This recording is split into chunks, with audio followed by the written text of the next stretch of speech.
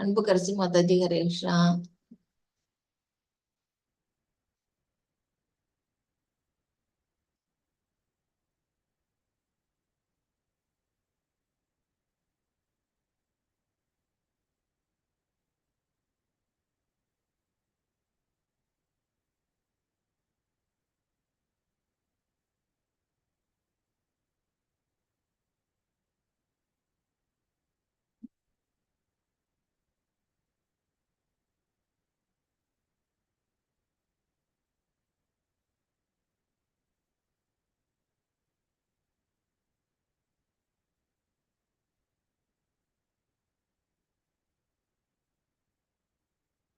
துர்கா மாதாஜி ஹரே கிருஷ்ணா. हरे कृष्ण माता जी, प्रणाम माता जी। ஹரே கிருஷ்ணா மாதாஜி. இன்னொரு ரிமைண்டர் வேணா போட்டுக்கிறீங்களா மாதாஜி? கொடுத்துட்றேன் माता जी। हरे कृष्णा। கொடுத்துட்டு நம்ம ஆரம்பிச்சிடலாமா? மணி ஆயிடுச்சு. நான் ரிமைண்டர் கொடுத்துட்றேன் माता जी, நீங்க கிளாஸ் ஸ்டார்ட் பண்ணிடுங்க। हरे कृष्णा। ஓகே. நான் 3:30க்கு நான் அட்டெண்டன்ஸ் லிங்க் போஸ்ட் பண்றேன் माता जी। ஓகே. हरे कृष्णा। ஹரே கிருஷ்ணா. டிவோட்டிஸ் ஹரே கிருஷ்ணா, நான் 3:30க்கு அட்டெண்டன்ஸ் லிங்க் சாட் பாக்ஸ்ல போஸ்ட் பண்றேன்। நீங்க அதுல உங்களோட நேம், உங்களுடைய இமெயில் ஐடி கொடுத்துட்டு சப்மிட் கொடுத்துட்டீங்கன்னா அட்டெண்டன்ஸ் ரெக்கார்ட் ஆகும்। हरे कृष्णा।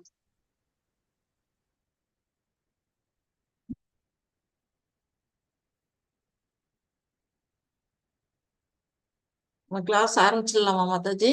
ஓகே माता जी, ஆரம்பிச்சு। हरे ஹரே कृष्णा। கிருஷ்ணா. ஹரே கிருஷ்ணா டிவோட்டிஸ். இந்த 3 மணி செஷனுக்கு வந்திருக்கிற உங்க எல்லாரையும் நான் வந்து இஸ்கான் மேங்களூர் சார்பா உங்களை அன்போட வரவேற்கிறேன். நாம இன்னைக்கு பார்க்க போறது ஞான விஞ்ஞான யோகம். அதாவது பகவானை பற்றிய முழுமையான அறிவு. நம்ம இன்னைக்கு ஃபர்ஸ்ட் அடியெடுத்து எதுல வைக்கிறோம்னா பக்தி யோகத்துல அடியெடுத்து வச்சிருக்கிறோம். இன்னைக்குதான் ஃபர்ஸ்ட் சாப்டர் அது. அது எப்படின்னா பகவானை பற்றிய ஞானம், அவரை பற்றிய விஞ்ஞானம். ஞானம்ங்கிறது பொதுவான ஞானம், விஞ்ஞானம்ங்கிறது பகவானை பற்றியது. அதை நம்ம புரிஞ்சுக்க போறோம் இன்னைக்கு.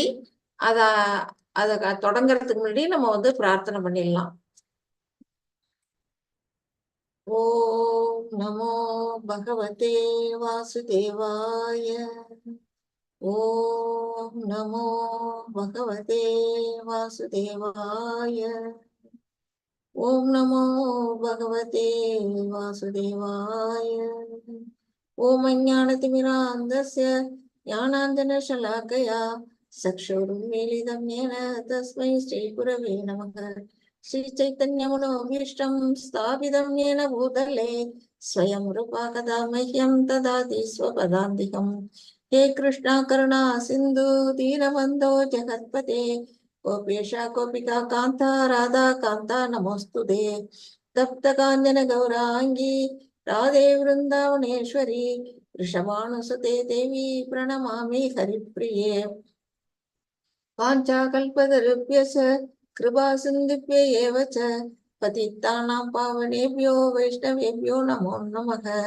नमो विष्णुपदाय कृष्णपृष्ठाय भूतले श्रीमते भक्तिवेदान्त स्वामिन् इति नामिने। नमस्ते सरस्वती देवी गौरवाणी प्रचारिणे निर्विशेष शून्यवादे भाषात्यादेशतारिणे। जय श्री कृष्ण चैतन्य प्रभो नित्यानंद श्री अद्वैत गदाधर श्रीवासादि गौर भक्त वृंदा। हरे कृष्णा कृष्ण कृष्ण हरे हरे हरे राम राम राम हरे हरे। हरे कृष्णा कृष्ण कृष्ण हरे हरे हरे राम राम राम हरे हरे। हरे कृष्ण हरे कृष्ण।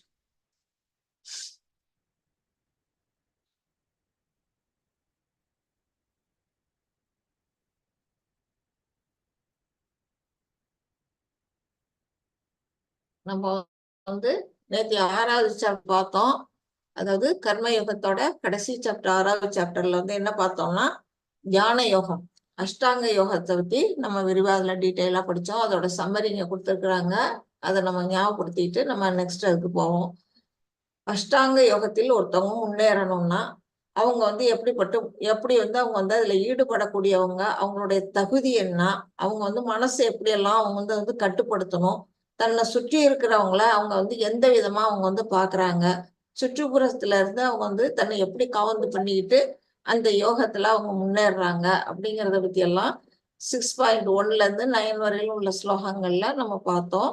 அடுத்தது அஷ்டாங்க யோகாசனத்தின் நிலைகள், அதாவது 8 விதம். அஷ்டம்னா 8, அங்கம்னா வகைகள், யோகம்னா என்ன, பகவானோட இணைப்பு. அந்த அஷ்டாங்க யோகத்தோட நிலைகள் என்னென்ன அப்படின்னு நம்ம பார்த்தோம். யமான்னா என்னன்னா வெளிப்புற பண்புகள், அதாவது நம்ம வந்து உட்காரக்கூடிய இடத்த வந்து அவங்க சூஸ் பண்றாங்க, எப்படிப்பட்ட இடமா இருக்கணும் அப்படிங்கறத, தூய்மையான இடத்த அவங்க சூஸ் பண்ணுவாங்க. அடுத்தது நியமாங்கிறதும் அது மாதிரிதான். அவங்க வந்து கீழேயும் இல்லாம மேலே உயரத்திலயும் இல்லாம தாழ்வாவும் இல்லாம ஒரு இடத்துல அவங்க என்ன செய்வாங்க, தர்ப்ப புல்லை பரப்பி அது மேல மான் தோலை விரிச்சு அது மேல ஒரு மெல்லிய பட்டு துணியை விரிச்சு அவங்க வந்து அதுல அமர்ந்து அந்த இதுல வந்து உட்கார போறாங்க. அந்த இதுக்கான ஆசனத்தை அவங்க தயார் பண்றாங்க. அது வந்து உட்புற பண்புகளுக்கும் வருது. அவங்களோட மனசை வந்து எப்படி எல்லாம் அவங்க கண்ட்ரோல், மனசு புலன்கள் உடல் எல்லாத்தையும் அவங்க வந்து கண்ட்ரோல் பண்றதையும் அந்த நியமெல்லாம் சொல்லியிருக்கிறாங்க. அடுத்தது ஆசனம், இப்ப நான் சொன்னதுதான் ஆசனாங்கிறது. அந்த மாதிரி ஒரு ஆசனத்தை அவங்க அமைச்சுக்கிட்டு அடுத்தது வந்து என்ன செய்யறாங்க, பிராணாயாமாங்கிறது மூச்சு பயிற்சி. அதை வந்து அவங்க வந்து கண்ட்ரோல் பண்றாங்க, இந்த மூச்சு எப்படி விடணும் அப்படிங்கறதுல வந்து கண்ட்ரோல் பண்ணி அதுல முன்னேறாங்க. அடுத்ததா வந்து பிரத்யாகாரா, தன்னோட இது வந்து புலன்களை நினைவுகள் எல்லாம் வந்து உள்முகமா செலுத்துறாங்க. வெளிப்புற இதெல்லாம் அடக்கிட்டு புலன்கள் எல்லாம் கட்டுப்படுத்திட்டு மனசையும் புலன்களையும் உட்புறமா திருப்புறாங்க. அதை பத்தி படிச்சோம். அடுத்தது என்ன, தாரணாங்கிறதும் அதே நிலைதான். அவங்க வந்து ஒரு தியான நிலைக்கு போறதுக்கு முன்னாடி அவங்களோட மனசை வந்து கட்டுப்படுத்துறாங்க. பகவானை நோக்கியும் தன்னோட ஆத்மஸ்வரூபத்தை பார்க்கறதுக்கான நியமத்தை தன்னோட மனசுக்கு அவங்க கொடுக்குறாங்க. அடுத்தது வந்து தியானம். அப்போ வந்து தியானத்துல எப்படி அவங்க வந்து ஆழ்ந்து நிக்கிறாங்க அப்படிங்கிறதுலயும் உள்புகமா அவங்க வந்து ஆழ்நிலைக்கு போறாங்க. அந்த ஒரு ஆழ்நிலைக்கு போறதுக்கு முன்னாடி அவங்க வந்து பகவானை தியானம் பண்றாங்க. கடைசியா சமாதி நிலைக்கு அவங்க போறாங்க. அந்த நிலையில போனோம்னா அவங்களை சுற்றி என்ன நடந்தாலும் அவங்களுக்கு தெரியாது.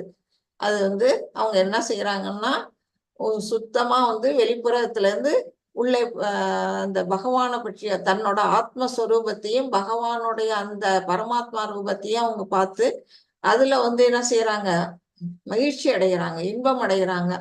அதனால அவங்களுக்கு இதை விட பெரிய இன்பம் ஏதும் இல்லை அப்படிங்கிற நிலையில அவங்க வந்து இந்த சமாதி நிலைக்கு போறாங்க அப்படின்னு நம்ம நேற்று பார்த்தோம். அடுத்தது வந்து இந்த நிலைகள்லாம் போகணும்னா என்ன செய்யணும், மனசை கட்டுப்படுத்தணும். ஏன் மனசை கட்டுப்படுத்தணும் அப்படின்னு கேட்டிருக்காங்க. அதை பத்தி வந்து 6.33ல இருந்து 36 வரையில் உள்ள ஸ்லோகங்கள்ல சொல்லப்பட்டிருக்கு. அதாவது மனசு வந்து ஒருத்தருக்கு நண்பராகவும் இருக்கலாம், அதே சமயத்துல அது எதிரியாகவும் இருக்கலாம். நம்ம கையில தான் மனசை எப்படி கண்ட்ரோல் பண்றதுங்கிறது நம்ம கையில தான் இருக்குது.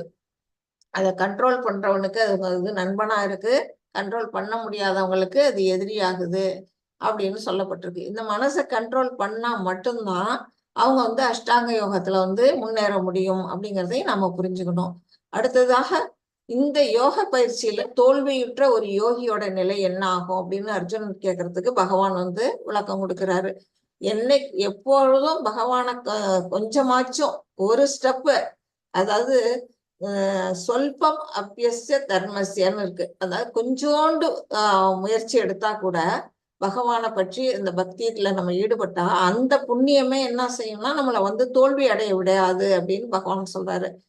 கொஞ்சம் முயற்சி கூட அவங்க என்ன செய்வாங்க, வீழ்ச்சி அடைய மாட்டாங்க. அப்படியும் வந்து இந்த யோகாசன பயிற்சியில அவங்க வீழ்ச்சி அடைஞ்சிட்டாங்கன்னா அவங்க என்ன செய்வாங்க அப்படின்னா மறுபடியும் அவங்க செஞ்ச புண்ணியம் இருக்கிற வரையிலும் போய் மேல உயர்ந்த அந்த கிரகங்கள்ல போய் எந்த தேவர்களை வழிபட்டாங்களோ அந்த உலகத்துக்கு போய் அந்த தேவ உலகத்துல இருந்து அங்க வந்து என்ன பண்றாங்க, சந்தோஷங்கள் இன்பங்கள் எல்லாம் அனுபவிச்சுட்டு மறுபடியும் அந்த அந்த இது முடிஞ்ச உடனே, அந்த புண்ணிய கர்மாக்கள் முடிஞ்ச உடனே திரும்பி வந்து பூமிக்கு வர்றாங்க. பூமிக்கு வந்து எங்க பிறக்குறாங்க அப்படின்னா, ஒரு செல்வந்தர் குடும்பத்திலேயோ இல்ல ஒரு சிறந்த ஒரு ஆன்மீக குடும்பம் பிராமண குடும்பத்திலேயோ வந்து பிறந்து, அவங்க போன ஜென்மத்துல எந்த இடத்துல விட்டாங்களோ பக்தி தொண்டை, அதுல இருந்து அவங்க வந்து கண்டினியூ பண்றாங்க அப்படின்னுட்டு பகவான் சொல்றாரு. அடுத்ததாக வந்து பக்தி யோகி மிக உயர்ந்த யோகா. அதாவது நம்ம பார்த்த வரையிலும் கர்ம யோகா, ஞான யோகா, அஷ்டாங்க யோகா அப்படின்னு பலவித யோகங்களை பத்தி படிச்சுட்டு வர்றோம். அந்த இதுலயே எல்லாத்த விட சிறந்தது எது அப்படின்னா பக்தி யோகம் தான் சிறந்தது அப்படின்னுட்டு பகவான் வந்து சொல்றாரு. மற்ற யோகங்களை விட அது ஒரு படிக்கட்டாலையும் நம்ம பார்த்தோம். அப்புறம் ஒரு லிஃப்டும் பக்கத்திலேயே ஒரு படிக்கட்டும் பார்த்தோம். படியில ஏறி போறதுதான் மற்ற யோகங்களோட நிலைங்கிறதும், பக்தி யோகங்கிறது லிஃப்ட்ல ஏறி நேரடியா நம்ம மேல்தளத்தை அடையிறதும் அப்படிங்கிறதையும் நேத்தி படிச்சோம். அது வந்து 6.46 இருந்து 47 உள்ள ஸ்லோகங்கள்ல கொடுக்கப்பட்டிருந்தது. இன்னைக்கு நாம வந்து பார்க்க போறது 7வது அத்தியாயம். இது வந்து ஞான விஞ்ஞான யோகா அப்படின்னு சொல்லப்பட்டிருக்கு. அதுல என்ன சம்மரி கொடுத்திருக்காங்கன்னா, கிருஷ்ணா பற்றிய அறிவின் மகிமை. பகவான் கிருஷ்ணரை பற்றிய அறிவு, அவரை பற்றி நம்மளோட உன்னதங்கள், அவரோட அவருக்கு எவ்வளவு சக்திகள்லாம் இருக்கு அப்படிங்கிறத பத்தி எல்லாம் நம்ம வந்து இப்ப இன்னைக்கு பார்க்க போறோம். அது வந்து 7.1 இருந்து 7.3 வரையிலும் உள்ள ஸ்லோகங்கள்ல கொடுக்கப்பட்டிருக்கு. அடுத்தது பகவான் கிருஷ்ணரோட ஆற்றல் பற்றிய அறிவு. இவர் வந்து இது வந்து அறிவு பற்றிய, அவரோட அறிவு பற்றிய, அவரோட சக்திகள் பற்றியது, அவருடைய ஆற்றல். அவர் எங்கெல்லாம் நம்ம வந்து இந்த பௌதிக உலகத்துல அவர் வந்து எந்தெந்த ஆற்றல்கள்லாம் அவர் வந்து இருக்கிறாரு, நாம வந்து அவரை எப்படியெல்லாம் உணரலாம் அப்படிங்கிறத பற்றி சொல்லக்கூடியதுதான் 7.4 இருந்து 7.12 வரையிலும் உள்ள ஸ்லோகங்கள்ல கொடுத்திருக்கிறாங்க. அடுத்தது பகவான் கிருஷ்ணரிடம் சரணடைதல். ஏன் நம்ம பகவான்கிட்ட சரணடையணும், அவரை சரணடைகிறதுனால நமக்கு என்ன நன்மை, சரண் அடையாததுனால என்ன நமக்கு தீமை, நம்ம அப்படிங்கிறதெல்லாம் பத்தி 7.13 இருந்து 19 வரையிலும் உள்ள ஸ்லோகங்கள்ல நம்ம படிக்க போறோம். அப்புறம் அடுத்ததாக என்ன சொல்லியிருக்காங்க, தேவ மற்றும் தேவி வழிபாடு. இப்போ நம்ம வந்து உலகத்துல நிறைய நமக்கு வந்து இந்து சமுதாயத்துல எப்படின்னா நிறைய கடவுள்கள் இருக்கிறாங்க. நமக்கு பகவான் கிருஷ்ணர் தான் முழுமுதற் கடவுளுங்கிறது நம்ம இப்ப இந்த கீதையை படிக்க வந்த பிற்பாடுதான் நம்ம எல்லாருக்குமே தெரியும். அதுக்கு முன்னாடி என்ன தெரியும்னா, நம்ம சிவனை வணங்குவோம், முருகனை வணங்குவோம், அப்புறம் துர்க்கையை வணங்குவோம், காளியை வணங்குவோம் அப்படின்னு நிறைய கடவுள்கள் இருக்காங்க. அந்த தேவ தேவியர்களை வழிபாடு பண்றதுனால என்ன பலன் கிடைக்கும், அது எந்த விதத்துல வந்து பகவானை சென்றடையும் அப்படிங்கிறதெல்லாம் பத்தி 7.20 இருந்து 25 வரையிலும் உள்ள ஸ்லோகங்கள்ல பார்க்க போறோம். மாதாஜி இன்னைக்கு யார் ஸ்லோகம் படிக்க போறீங்க? துர்கா மாதாஜி நீங்க இன்னைக்கு வந்திருக்கீங்க, நீங்க படிக்கிறீங்களா? ஹரே கிருஷ்ணா மாதாஜி. ஹரே கிருஷ்ணா மாதாஜி. தேங்க்யூ மாதாஜி. ஹரே ஹரே கிருஷ்ணா. ஓம் ஸ்ரீ பரமாத்மனே நமः. அத் சப்தமோऽध्यायः ஞானவிஞ்ஞானயோகः. ஸ்ரீ பகவானுவாच மய்யா சப்தமனः பார்த்த யோகம் யுஞ்சன்மதாஸ்ரயः அசம்சயம் சமக்ரம் மாம் யதா ஞாஸ்யசி தச்ருணு. ஹரே கிருஷ்ணா மாதாஜி. ஹரே கிருஷ்ணா. புருஷோத்தமரான முழுவதற் கடவுள் கூறினார். என்ன சொல்றாரு? பிருதாவின் மகனே, பிருதாங்கிறது வந்து இங்க குந்திய சொல்றாங்க. பிருதாவின் மகனே, என்னிடம் பற்றுதல் கொண்ட மனதுடன் என்னை பற்றிய முழு உணர்வில் யோகத்தை பயில்வதன் மூலம் என்னை எவ்வாறு சந்தேகம் ஏதுமின்றி முழுமையாக அறிந்து கொள்ளலாம் என்பதை இனி கேட்பாயாக அப்படின்னு சொல்றாரு. என்ன சொல்றாரு? அதாவது நம்ம வந்து கிருஷ்ணரை பற்றிய அறிவை வந்து இப்ப நம்ம தெரிஞ்சுக்க போறோம். அவர் வந்து அதையே வந்து அர்ஜுனருக்கு வந்து நேரடியா அவர் சொல்ல போறாரு. இப்ப இங்க உட்கார்ந்துருக்கிற ஒரு யோகி இருக்கிறாரு, அவரோட மனசுக்குள்ள அந்த பரமாத்மாவா பகவான் கிருஷ்ணர் உள்ளுக்குள்ள இருக்கிறாரு. அவரை நம்ம தெரிஞ்சுக்கணும் அப்படின்னா என்ன செய்யணும்? ஃபர்ஸ்ட் பகவான் மேல நம்ம பற்றுதல் வைக்கணும், அதாவது நம்பிக்கை வைக்கணும். நம்ம இவருதான் முழுமுதற் கடவுள், சுப்ரீம் பர்சனாலிட்டி ஆஃப் காட்ஹெட் அப்படின்னு யாரை நினைக்கணும்? நம்ம பகவான் கிருஷ்ணரை நினைக்கணும். அவர்கிட்ட நம்ம என்ன செய்யணும்? நம்பிக்கையும் விசுவாசமும் வச்சு அந்த மனசோட நம்ம என்ன செய்யணும்? இதை புரிஞ்சுக்க முயலணும். அதனால அதுதான் வந்து கிருஷ்ண உணர்வுன்னு சொல்லப்படுது. அவர் மேல எப்ப நம்ம விசுவாசம் வைக்கிறோமோ அதுதான் வந்து கிருஷ்ண உணர்வுன்னு சொல்லப்படுது. அப்படிப்பட்ட ஒரு நிலையில வந்த பிற்பாடு நாம என்ன செய்யணும்? யோகத்தின் மூலம் நீ அதாவது அந்த நிலையில இருந்துட்டு யோகம் பயிலணும். இந்த மாதிரி ஒரு மாதிரி யோகி மாதிரி இருந்து யோகத்தை பயில்வதன் மூலம் நீ என்ன செய்யலாம், என்னை பற்றி சந்தேகம் எதுவும் இல்லாம தெரிஞ்சு கொள்ளலாம் அப்படின்னு பகவான் இங்க சொல்றாரு. அதாவது நம்ம கிருஷ்ணர் பற்றி ஒரு அறிவை நம்ம தெரிஞ்சுக்கணும் அப்படின்னா கிருஷ்ண விஞ்ஞானத்தை யார் மூலமா கேட்கணும்? பகவான் கிருஷ்ணர்ட்ட இருந்து நேரடியா அர்ஜுனர் கேட்கிறாரு. நமக்கெல்லாம் அந்த வாய்ப்பு இல்லை. அப்ப நாம என்ன செய்யணும்? வேத இலக்கியங்கள் மூலமா நம்ம உணரணும். இப்ப நமக்கு பகவத்கீதை இருக்கு, பாகவதம் இருக்குது. அதன் மூலமா அதை படிச்சு அதுல நம்ம ஸ்ரீல பிரபுபாதா என்ன சொல்லி இருக்கிறாங்களோ அதை நம்ம புரிஞ்சுக்கிட்டு அதுபடியா நம்ம நடக்கணும். இல்லைன்னா நம்ம என்ன செய்யணும்? ஒரு தூய பக்தர்கள் நம்ம இப்ப நமக்கு கிளாஸ் எடுக்கிறாங்க. நம்ம தாரணேஸ்வரி மாதாஜி, ராதிகா மாதாஜி எல்லாம் நிறைய பேர் நமக்கு கிளாஸ் எடுக்கிறாங்க. அவங்கெல்லாம் படிச்சுட்டு சொல்லுவாங்க. நம்மளோட நாமனிஷ்டா தாஸ் பிரபு கூட டெய்லி பாகவதம் சொல்லிட்டு இருக்கிறார். ஆன்லைன்ல போனீங்கன்னா பார்க்கலாம். அந்த மாதிரி அந்த பக்தர்கள் எல்லாம் சொல்றதை கேட்டு கூட நாம என்ன செய்யணும்? அதை புரிஞ்சுக்கிறது தான் நம்மளோட புண்ணிய செயல் அப்படின்னு நம்ம தெரிஞ்சுக்கணும். அப்படிதான் நம்ம இந்த விஞ்ஞானத்தை உணரணும். மாதாஜி இது படி. ஹரே கிருஷ்ண. ஹரே கிருஷ்ண.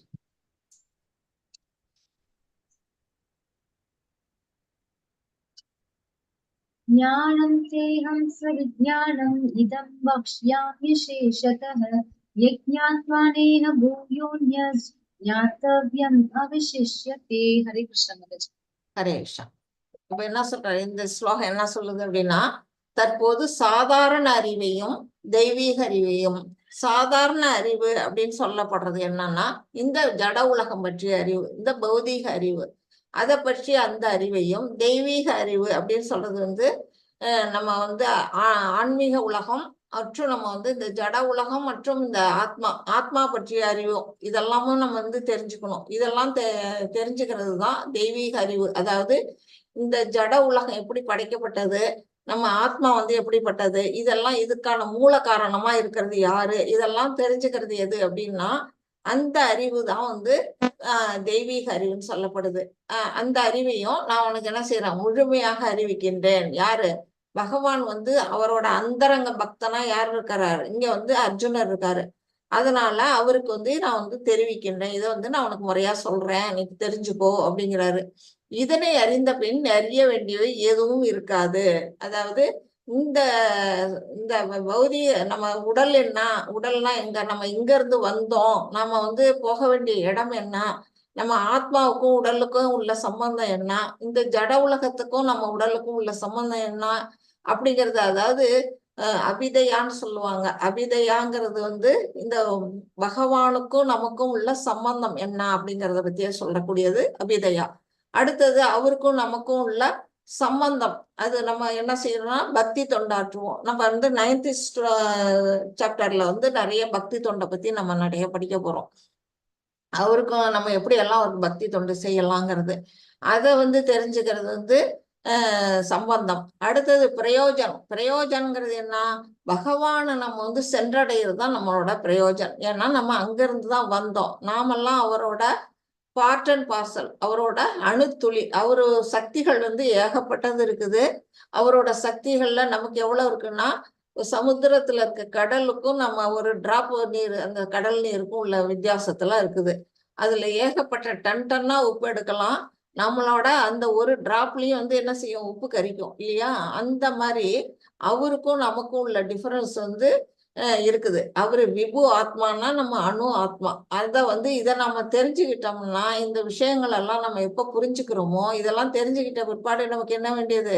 வேற எதையுமே தெரிஞ்சுக்க வேண்டிய அவசியம் இல்லை அப்படின்னு இல்ல பகவான் சொல்றாரு. மாதாஜி இதை படிங்க. ஹரே கிருஷ்ண. பூமிராபோ நலோ வாயுः கம் மனோ புத்திரேவ ச அஹங்கார இதி யம் மே பின்னா பிரகிருதிரஷ்டதா. ஹரே கிருஷ்ண. ஹரே கிருஷ்ணா. மாதாஜி இதுக்கு முன்னாடி ஒரு ஸ்லைடு இருக்கும், அது போயிட்டா? ஒரு ஸ்லைடு காணும். ஓகே, அதாவது அந்த ஸ்லைடு வரும்போது பார்த்துக்கலாம். இதுல என்ன சொல்லியிருக்கிறாங்கன்னா, நிலம், நீர், நெருப்பு, காற்று, ஆகாயம், மனம், புத்தி, அகங்காரம், இந்த 8ம் சேர்ந்ததே எனது பிரிந்த ஜட சக்திகள் அப்படின்னு சொல்றாரு. பகவான் என்ன சொல்றாருன்னா, அவருக்கு வந்து சக்திகள் வந்து ஏகப்பட்ட சக்தி இருக்கு. அவருக்கு நாமங்கள் ஏகப்பட்டது இருக்கு, ரூபங்கள் ஏகப்பட்டது இருக்குது. அநேக ரூபம், நம்ம வந்து விஸ்வரூப தரிசனத்துல நம்ம பார்ப்போம். அவருக்கு வந்து எப்படி இப்படிலாம் எத்தனை ரூபங்கள் இருக்குதுன்னுட்டு. அது மாதிரி அவருடைய நாமங்களும் 1000 நாமங்கள் இருக்கு விஷ்ணு சஹஸ்ரநாமத்துல சொல்லப்பட்டபடி. எண்ணிக்கையில் அடங்காது. கடல் கரையில இருக்க மணலை வந்து எண்ண முடியாத மாதிரி அவரோட நாம ரூபங்களையும் நம்மளால வந்து எண்ண முடியாது. அதே மாதிரிதான் அவரோட சக்திகளையும் நம்மளால எண்ண முடியாது. அந்த மாதிரி அளவு கடந்த சக்தி அவர்கிட்ட இருக்குது. அதுல வந்து குறிப்பா ஒரு 3 சக்தி வந்து நமக்கு இங்க கொடுத்திருப்பாங்க. அந்த 3 சக்திகள் முக்கியமானது. அது என்னென்னன்னா, அவரோட இன்டர்னல் சக்தி, அவரோட அந்தரங்க சக்தின்னு ஒன்று சொல்லப்படும். அடுத்தது 2வதா வந்து அவரோட எக்ஸ்டர்னல் பொட்டன்ஷிங்கிறது வந்து இங்க இந்த ஜட உலகம் தான் வந்து எக்ஸ்டர்னல் பொட்டன்ஷியல் சொல்லப்படுது. அடுத்தது வந்து நம்ம உயிர்வாழிகள், எந்தெந்த உயிர்வாழிகள் இருக்கோ, மிருகமா இருக்கட்டும், அது வந்து மனிதரா இருக்கட்டும் அல்லது தேவனா இருக்கட்டும், யாரா இருந்தாலுமே அவருடைய மார்ஜினல் பொட்டன்சி, அதாவது நடுத்தர சக்தி அப்படின்னு சொல்லப்படுது. இந்த 3 வகை சக்திகளும் வந்து ரொம்ப முதன்மையான சக்தி. அவர்கிட்ட இருக்கிற சக்தியில முதன்மையான சக்தி இது 3ம். இங்க வந்து என்ன கொடுத்திருக்கிறாங்க அப்படின்னா, நிலம், நீர், நெருப்பு, காற்று, ஆகாயம், பஞ்சபூதங்கள் இருக்கு இல்லையா, அந்த பஞ்சபூதங்களும் பிளஸ் அது வந்து ஸ்தூல சக்தி, மனம், புத்தி, அகங்காரம் வந்து சூட்சும புத்தி. இதை வந்து நம்மளால பார்க்க முடியாது. அதனால இது என்னது சூக்ஷ்மம்னு சொல்லப்படுது. இந்த 8ம் சேர்ந்ததுதான் என்னன்னா ஜட சக்தி, அதாவது ஜட இயற்கை. இந்த பௌதிக உலகம் எப்படி தோன்றியிருக்குன்னா இந்த 8ஐயும் வச்சுதான் இந்த உலகம் வந்து தோன்றியிருக்கு அப்படின்னு சொல்றாரு. இது வந்து அவருடைய வெளிப்புற சக்தி, அபராசக்தின்னு சொல்லப்படுது. இத வந்து என்னன்னா இத இந்த பஞ்சபூதங்களும் மனம், புத்தி, அகங்காரம், இதெல்லாம் எப்படி வந்து நம்ம வந்து மனித உடல்ல உருவாக்குங்கிறதையும் நம்ம பின்னாடி நம்ம படிக்க போறோம். இப்போ வந்து அடுத்தது பார்ப்போம். அத்தாஜி இதை படிங்க.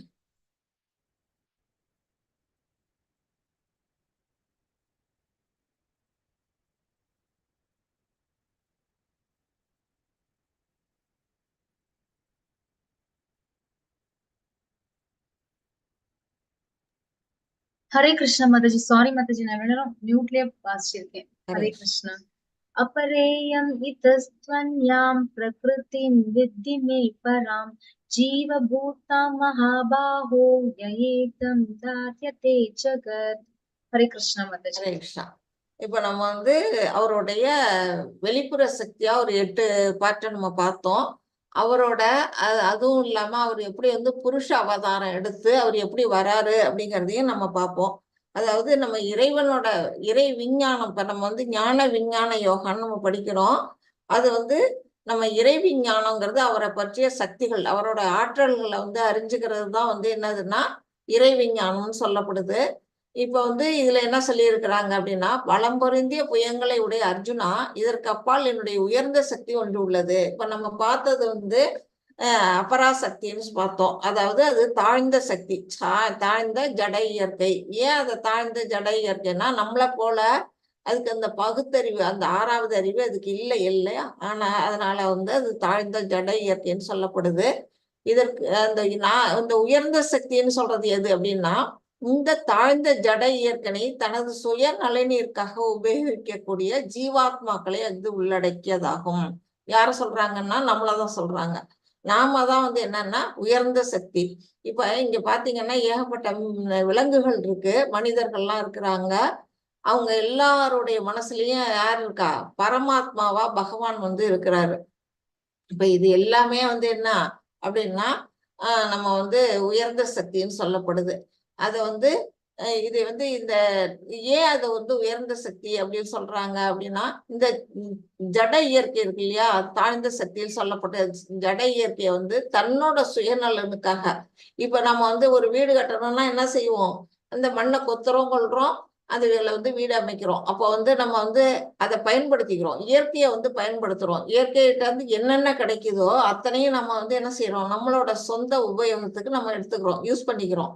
அப்படிப்பட்ட அந்த யூஸ் பண்ணிக்கக்கூடிய நம்ம தான் வந்து உயர்ந்த சக்தின்னு சொல்லப்படக்கூடிய நம்ம உயிர் வாழ்கள் அப்படின்னு பகவான் சொல்றாரு. இது வந்து பராசக்தி அப்படின்னு சொல்லப்படுது. இது வந்து மார்ஜினல் பொட்டன்சி, அதாவது நடுத்தர சக்தி அப்படின்னு சொல்லப்படுது. ஏன் அப்படின்னா இது வந்து எப்படின்னா நம்ம வந்து எப்படின்னா ஒரு கேட் ஆன் த வால், ஒரு பூனை எப்படி மதில் மேல இருக்கும்போது அது வந்து எந்த பக்கம் வேணாலும் குதிக்கும். இப்ப வந்து ஒரு செவுரு மேல ஒரு பூனை இருக்குது, இந்த பக்கம் குதிக்கவும் வாய்ப்பு இருக்கு, அந்த பக்கம் குதிக்கவும் அதுக்கு வாய்ப்பு இருக்கு. அது மாதிரிதான் நாம என்ன செய்வோம்னா அங்க நம்ம இருக்கிற இடத்துல இருந்து ஒண்ணு பௌதீகத்துல வீழ்ச்சி அடைவோம், இல்ல ஆன்மீகத்துக்கு முன்னேறுவோம். 2 நிலையும் நமக்கு இருக்கிறதுனாலதான் நம்ம வந்து என்ன செய்யறோம், நடுத்தர சக்தி அப்படின்னு நமக்கு சொல்லப்பட்டிருக்கு. மாதாஜி இதை படிங்க. ஹரே கிருஷ்ணா. ஹரே கிருஷ்ண மாதாஜி. ஏதத் யோனீனி பூதானி சர்வாணி யுபதாரய அஹம் கிருஷ்ணஸ்ய ஜகத பிரபவ பிரளயஸ்ததா மத்த பரதரம் நான்யத் கிஞ்சித் அஸ்தி தனஞ்சய மயி சர்வமிதம் ப்ரோதம் சூத்ரே மணிகணா இவ. ஹரே கிருஷ்ண மாதாஜி. ஹரே கிருஷ்ணா. இதுல ஃபர்ஸ்ட் ஸ்லோகத்துல என்ன சொல்றாங்க, படைக்கப்பட்டவை அனைத்தும் இந்த 2 இயற்கையை சேர்ந்தவை. எந்த 2 இயற்கை? ஒண்ணு பராசக்தி, இன்னொன்னு அபராசக்தி. இந்த 2 இயற்கையில தான் இந்த உலகத்துல உள்ள அத்தனையும் இருக்குது அப்படின்னு பகவான் சொல்றாரு. இவ்வுலகில் ஜடமாகவும் ஆன்மீகமாகவும் இருப்பவை அனைத்திற்கும் ஆதியும் அந்தமும் நானே என்பதை நிச்சயமாக அறிவாயாக. இதுக்கெல்லாம் மூல காரணம் யாரு? பகவான் கிருஷ்ணர் தான்.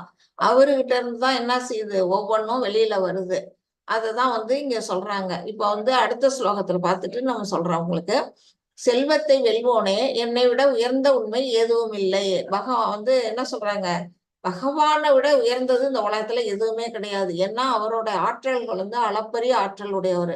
அவரோட ஆற்றல்கள்ல நம்ம கடுகளவு நம்ம இருந்தா கூட ஒரு பெரிய விஷயம்தான். அதனால அவர் வந்து நினைச்சா எதை வேணாலும் அவர் நினைச்ச மாத்திரத்துல செய்யக்கூடிய ஆற்றல் உடையவர். அதனால அவர் தான் உயர்ந்த உண்மை. நூலில் முத்துக்கள் கோர்க்கப்பட்டுள்ளது போல அனைத்தும் என்னையே சார்ந்துள்ளன அப்படின்னு சொல்றாங்க. இப்ப வந்து பகவான் இங்க வந்து காரண கடல்ல படுத்திருக்காரு. இவருதான் வந்து என்னன்னா பகவான் கிருஷ்ணர்கிட்ட இருந்து வந்த முதல் விரிவங்கமாகிய புருஷாவதாரம். புருஷாவதாரமா வெளியில வந்தது யாருன்னா இந்த மகாவிஷ்ணு தான் ஃபர்ஸ்ட் வராரு. அவர் வந்து காரண கடல்ல படுத்திருக்கிறாருன்னு சொல்லப்படுறாங்க. அவருடைய மூச்சு காற்றுல இருந்து எப்படின்னா ஒவ்வொரு மூச்சுக்கும் வந்து உலகம் வந்து வெளியில வருது. ஒவ்வொரு ஏகப்பட்ட கிரகங்கள் இந்த உலகத்துல இருக்குது. நம்ம கண்ணுக்கு எதுவும் தெரியல. நாம இருக்கிறது இந்த உலகம் நமக்கு தெரியும். நம்ம இந்த உலகத்துக்கு நமக்கு ஒரு பகவான் பிரம்மதேவன் இருக்காரு, நான்முக கடவுள். அது மாதிரி இங்க பகவான் விஷ்ணு கிட்ட இருந்து ஏகப்பட்ட அண்டங்கள் வெளியில வருது. ஒவ்வொரு மூச்சு காற்றுக்கும் அவர் வந்து வெளியில வந்துட்டு இருக்கு. அதுதான் வந்து என்னன்னா நூலில் முத்துக்கள் கோர்க்கப்பட்டுள்ளது போல. நீங்க இங்க பாத்தீங்கன்னாலே தெரியும் இந்த பிக்சர்ல. அது வந்து வரிசையா அழகா இருக்குது. ஆனா நூல் எங்காவது கண்ணுக்கு தெரியுதா? இல்ல. அதான் உருண்டை உருண்டையா நமக்கு வந்து அந்த மணி மட்டும் தெரியுது, முத்துக்கள் மாதிரி தெரியுது. அது வந்து எப்படின்னா பகவான்கிட்ட இருந்து வருது. அந்த நூலா இருக்கிறது பகவானோட சக்தி. அவருதான் வந்து என்ன செய்யறாரு, இந்த உலகங்கள் எல்லாம் தாங்கி பிடிச்சுக்கிட்டு இருக்கிறாரு. அப்படிப்பட்ட அந்த இதுல வந்து முதல் விரிவங்கமா இருக்கிற அவர்கிட்ட இருந்து என்ன செய்யுது, மகத்தத்துவம். இது வந்து மகத்தத்துவம்னு சொல்லக்கூடிய மொத்த படைப்பும் வந்து வெளியில வருது அவர்கிட்ட இருந்து. ரெண்டாவதா அந்த அவர்கிட்ட இருந்து ரெண்டாவது மறுபடியும் ஒரு விஷ்ணு வர்றாரு வெளியில. அவர் யாருன்னா கர்ப்போகதாயி விஷ்ணு. அவரு தான் வந்து ஒவ்வொரு கிரகத்துக்குள்ளேயும் உள்ள போடுறாரு. இதை பாருங்க, இந்த பிக்சருக்குள்ள பாத்தீங்கன்னா ஒரு விஷ்ணு இருப்பாரு. ஒவ்வொரு பால் மாதிரி மணி மாதிரி இருக்கிறதுக்குள்ளேயும் ஒவ்வொரு விஷ்ணு இருப்பாரு. அவரு வந்து யாருன்னா கர்ப்போகதாயி விஷ்ணு. அவர் என்ன செய்யறாரு, ஒவ்வொரு கிரகத்துக்குள்ளேயும் உள்ள போந்து வேறுபாடுகள் எல்லாம் அவர் தான் வந்து உண்டாக்குறாருன்னு சொல்லப்படுது. அவர்கிட்ட இருந்து இன்னொரு விஷ்ணு வெளியில வராரு. அவரு யாருதுன்னா ஸ்ரீரோகதாயி விஷ்ணுன்னு பேரு. அவரு பேரு.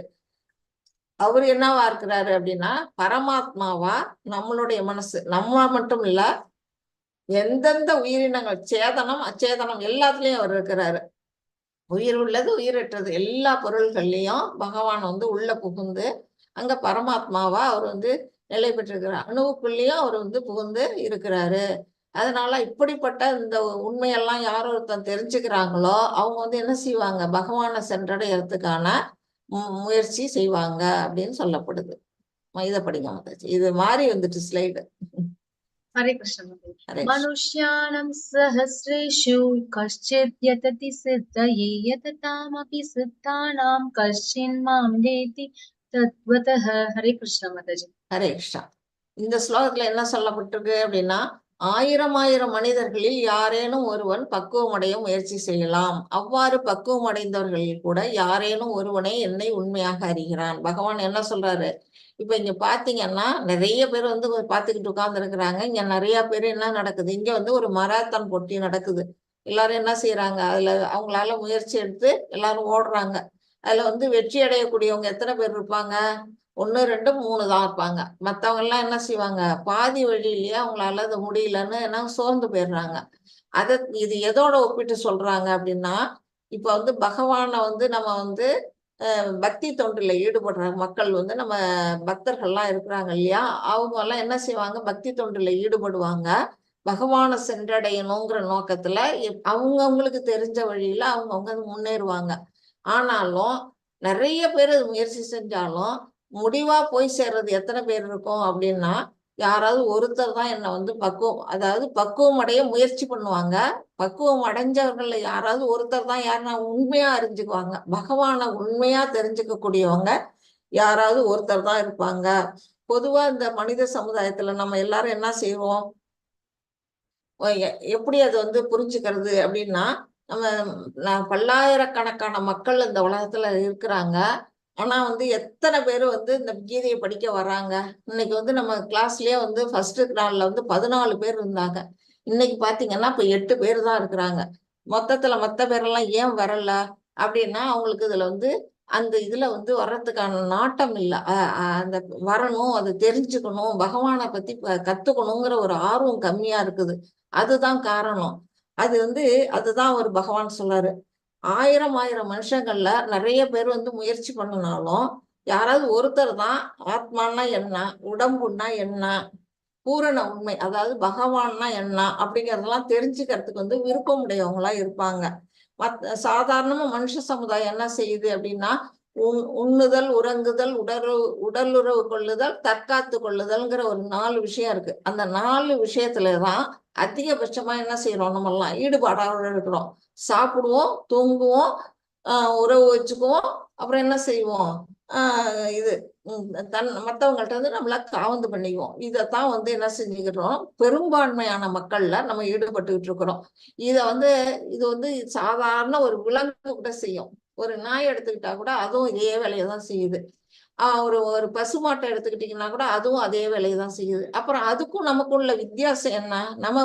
நமக்கு வந்து இந்த உடம்பு வந்து மனுஷ உடம்பு எதுக்காக கிடைச்சிருக்குது?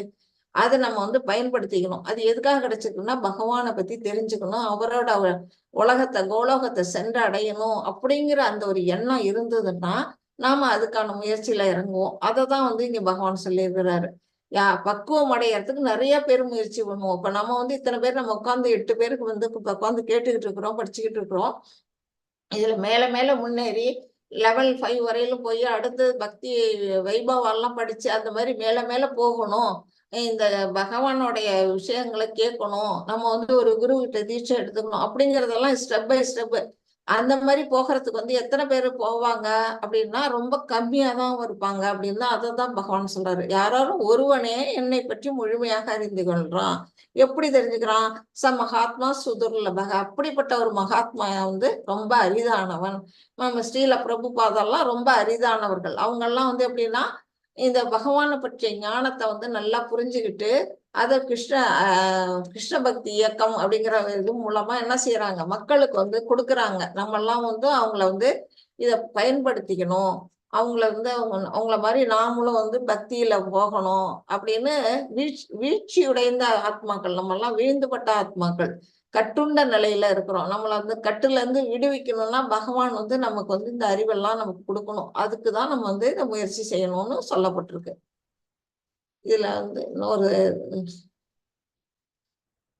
இதுலயும் ஒரு ஸ்லைடு மாதிரி இருக்கு, அது வரும்போது பார்த்துக்கலாம்.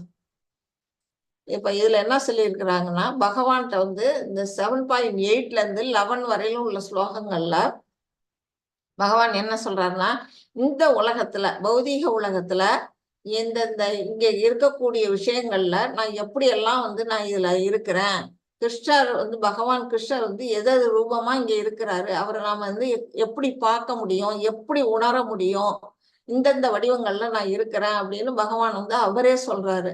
என்ன சொல்றாரு? தண்ணீரின் சுவையா இருக்கிறேன் அப்படிங்கிறாரு. நமக்கு வந்து குடிச்சோம்னா அந்த டேஸ்ட் தெரியும். உப்பு கரிச்சதுன்னா நம்மளால குடிக்க மாட்டோம். அதே தண்ணி சுவையா இருந்ததுன்னா நம்ம குடிப்போம் இல்லையா? அந்த சுவையா இருக்கிறது யாரு அப்படின்னா பகவான் கிருஷ்ணர் தான்.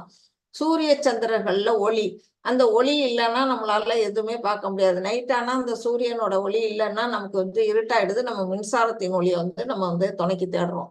அந்த மாதிரி சந்திரனோட ஒளியும் முழு நிலவன்னைக்கு கிடைக்கிற ஒளி வந்து தேய்பிரையில நமக்கு கிடைக்காது. அந்த மாதிரி அந்த ஒளியா இருக்கக்கூடியது பகவான் அப்படிங்கிறத நம்ம புரிஞ்சுக்கணும். வேத மந்திரங்களில் ஓம், எந்த ஒரு வேத யாகம் வளர்த்தாலும் அதுல ஓம்ங்கிற ஓம் தத் சத் அப்படின்னு சொல்லிதான் வந்து என்ன செய்வாங்க, வேத மந்திரங்களை ஆரம்பிப்பாங்க, யாகங்களை ஆரம்பிப்பாங்க. அந்த தான் இருக்கிறது பகவான்.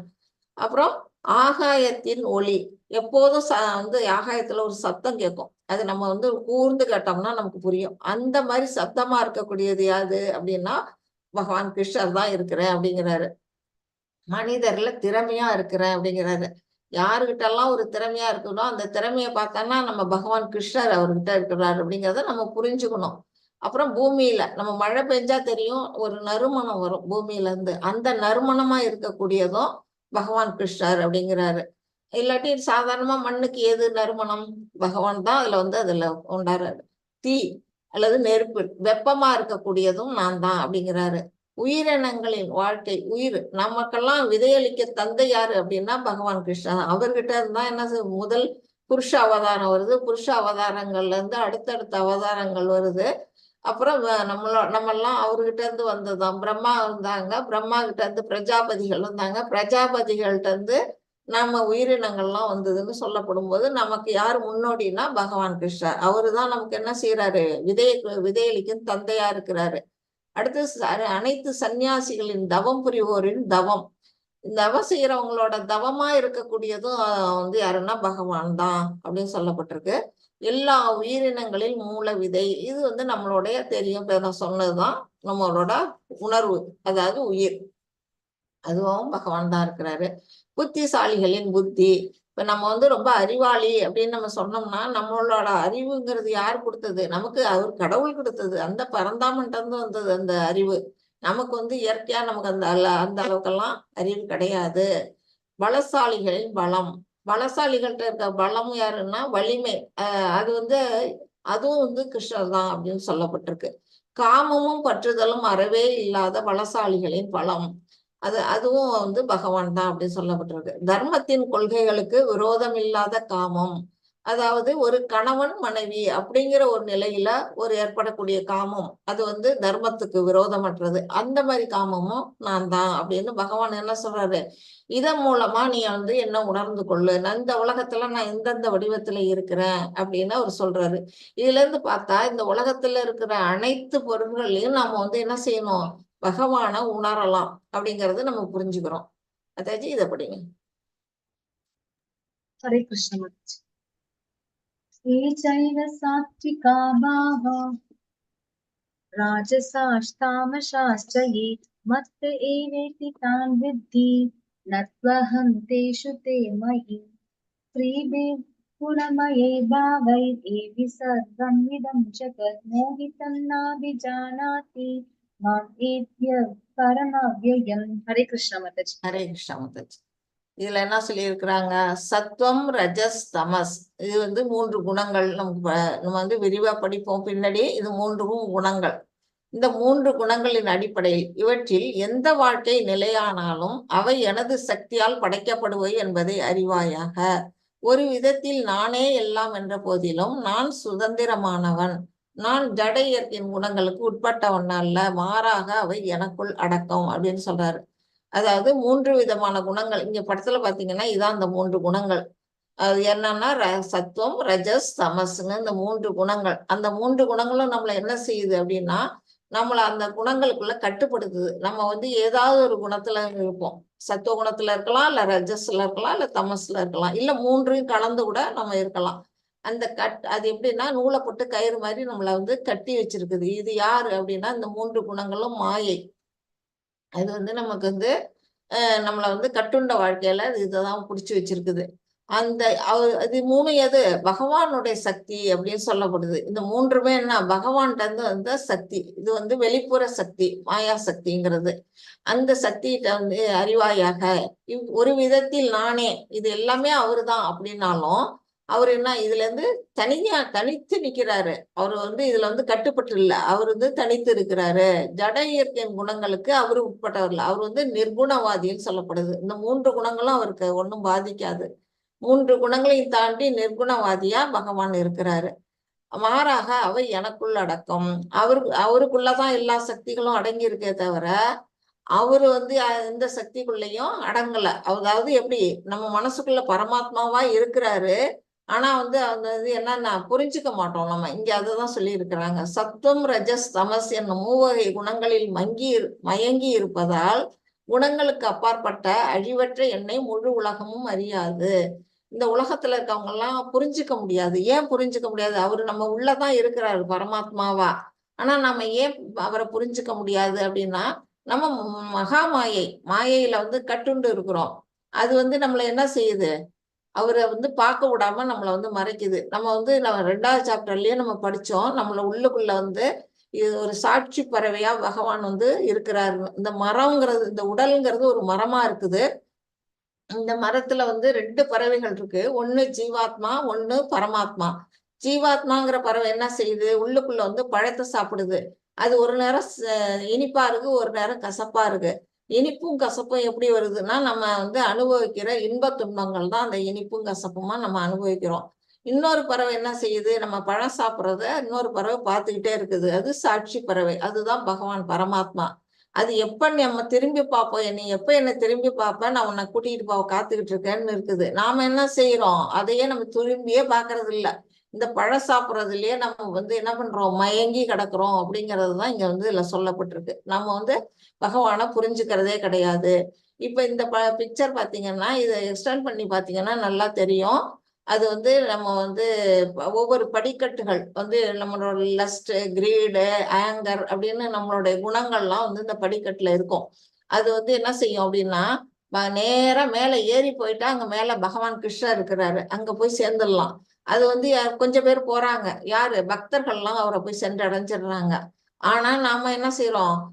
இந்த ஆசை, கோபம், அந்த பொறாமை இதுல எல்லாம் நம்ம சிக்கிக்கிட்டு என்ன செய்யறோம்? மேல போக முடியாம திரும்பி கீழே வீழ்ச்சி அடைகிறோம். இங்க வந்து மகாமாயை என்ன செய்யுது? நம்மளை வந்து இழுக்குது, இங்க வா இங்க வா அப்படின்னுட்டு. நாமளும் வந்து என்ன செய்யறோம்? அதுக்கு கட்டுப்பட்டு கீழேயே வந்து நம்ம இந்த உலகத்திலேயே நம்ம வந்து கஷ்டப்பட்டுக்கிட்டு இருக்கிறோம். அததான் வந்து இந்த உலகத்துல இருக்கிற எல்லா பொருள்கள்லயும் பகவான் எப்படி இருக்கிறாரு, ஒன்றி இருக்கிறாரு அப்படிங்கறது வந்து நம்ம வந்து இப்ப பார்த்தோம். இன்னும் ஸ்லோகத்திலயும் வரும். ஒரு ஸ்லோகம் விட்டு போச்சு மாத்தாச்சு. இந்த நீர்ல சுவையா இருப்பார் இல்லையா? அதுல என்ன சொல்லியிருக்காங்கன்னா அதாவது இப்ப நீரையும் சுவையையும் பிரிக்க முடியாது. அது எப்படி பிரிக்க முடியாது? கண்ணால பார்க்க முடியாது சுவையா. நீரை கண்ணால பார்க்க முடியும், சுவையை கண்ணால பார்க்க முடியாது. நீரும் சுவையும் எப்படி வந்து அவரை பிரிக்க முடியாதோ இருக்கிறாரோ, அதாவது ஒண்ணு உருவமா இருக்கு, இன்னொன்னு உருவம் இல்லாததா இருக்கு. உருவம் இல்லாததை வச்சுட்டு அருவவாதிகள் என்ன செய்யறாங்க? பகவானுக்கு உருவம் இல்லைங்கிறாங்க. அது அவங்களுடைய புரிஞ்சுக்கக்கூடிய தன்மை இல்லாத காரணத்துல அவங்க சொல்றாங்க. ஆனா பக்தர்கள் என்ன செய்வாங்கன்னா அதை புரிஞ்சுக்குவாங்க. நம்ம சைத்தன்ய மகாபிரபு என்ன சொல்லி இருக்கிறாருன்னா அததான் வந்து ஒரே சமயத்துல ஒற்றுமையும் வேற்றுமையும் அப்படிங்கிறாரு. அதாவது உருவமாயும் இருக்கிறாரு, உருவம் மற்றும் இருக்கிறாரு இல்லையா? அதுதான் வந்து அச்சிந்திய பேதம் அபேத தத்துவம் அப்படின்னு வந்து பகவான் வந்து இதுல சொல்லி இருக்கிறாங்க. அது வந்து நம்ம அந்த அவரோட இதுல இருந்து நம்ம புரிஞ்சுக்கணும். இந்த ஸ்லோகம் படிக்க மாத்தாச்சு. ஹரே கிருஷ்ண. தைவீஹேஷா குணமயி மம மாயா துரத்யயா மாம் ஏவ ஏ பிரபத்யந்தே மாயாம் ஏதாம் தரந்தி தே. ஹரே கிருஷ்ண மாதாஜி. ஹரே கிருஷ்ணா. இதுல வந்து என்ன சொல்லியிருக்கிறாங்க? ஜட இயற்கையின் முக்குணங்களால் ஆன எனது இந்த தெய்வீக சக்தி வெல்லுதற்கு அரியது அப்படின்னு பகவான் சொல்றாரு.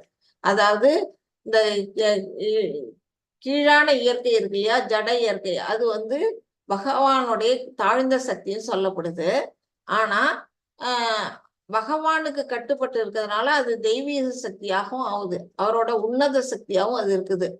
அதுல வந்து நம்ம என்ன செய்யறோம்? அதுல மாட்டிக்கிட்டு இருக்கிறோம். நம்ம வந்து உயர்ந்த சக்தி, ஜட இயற்கை தாழ்ந்த சக்தி.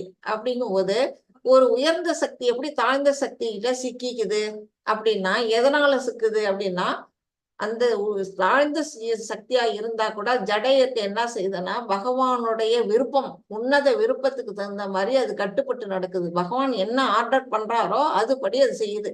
நீ இன்னைக்கு இவனை போய் புடி, இவனை சிக்க வச்சுக்கோ அப்படின்னு ஆணையிட்டாருன்னா அது செய்யுது. இன்னைக்கு அவனை விட்டுடு, அவன் பாவம் பயிற்சி போட்டு எனக்கு என் மேல பக்தியோட இருக்கான் அப்படின்னு பகவான் கட்டளையிட்டா ஒரு நிமிஷத்துல அது வந்து என்ன செய்யும், நம்மள அந்த கட்டுல இருந்து நம்ம விடுவிச்சிரும். அதைத்தான் வந்து இதுல வந்து சொல்றாங்க. நாம என்ன செய்யறோம், நம்ம உயர்ந்த சக்தியா இருந்தாலும் நம்ம சுய விருப்பத்துக்கு நம்ம செயல்படுறோம். அவர் பகவானுடைய விருப்பத்தை பத்தி யோசிக்கிறதே கிடையாது. நம்மளோட சுய விருப்பம்னு நமக்கு கொஞ்சம் சுதந்திரம் கொடுத்திருக்காரு இல்லையா, அந்த சுதந்திரத்தை வந்து நம்ம என்ன பண்றோம், துஷ்பிரயோகம் பண்றோம்.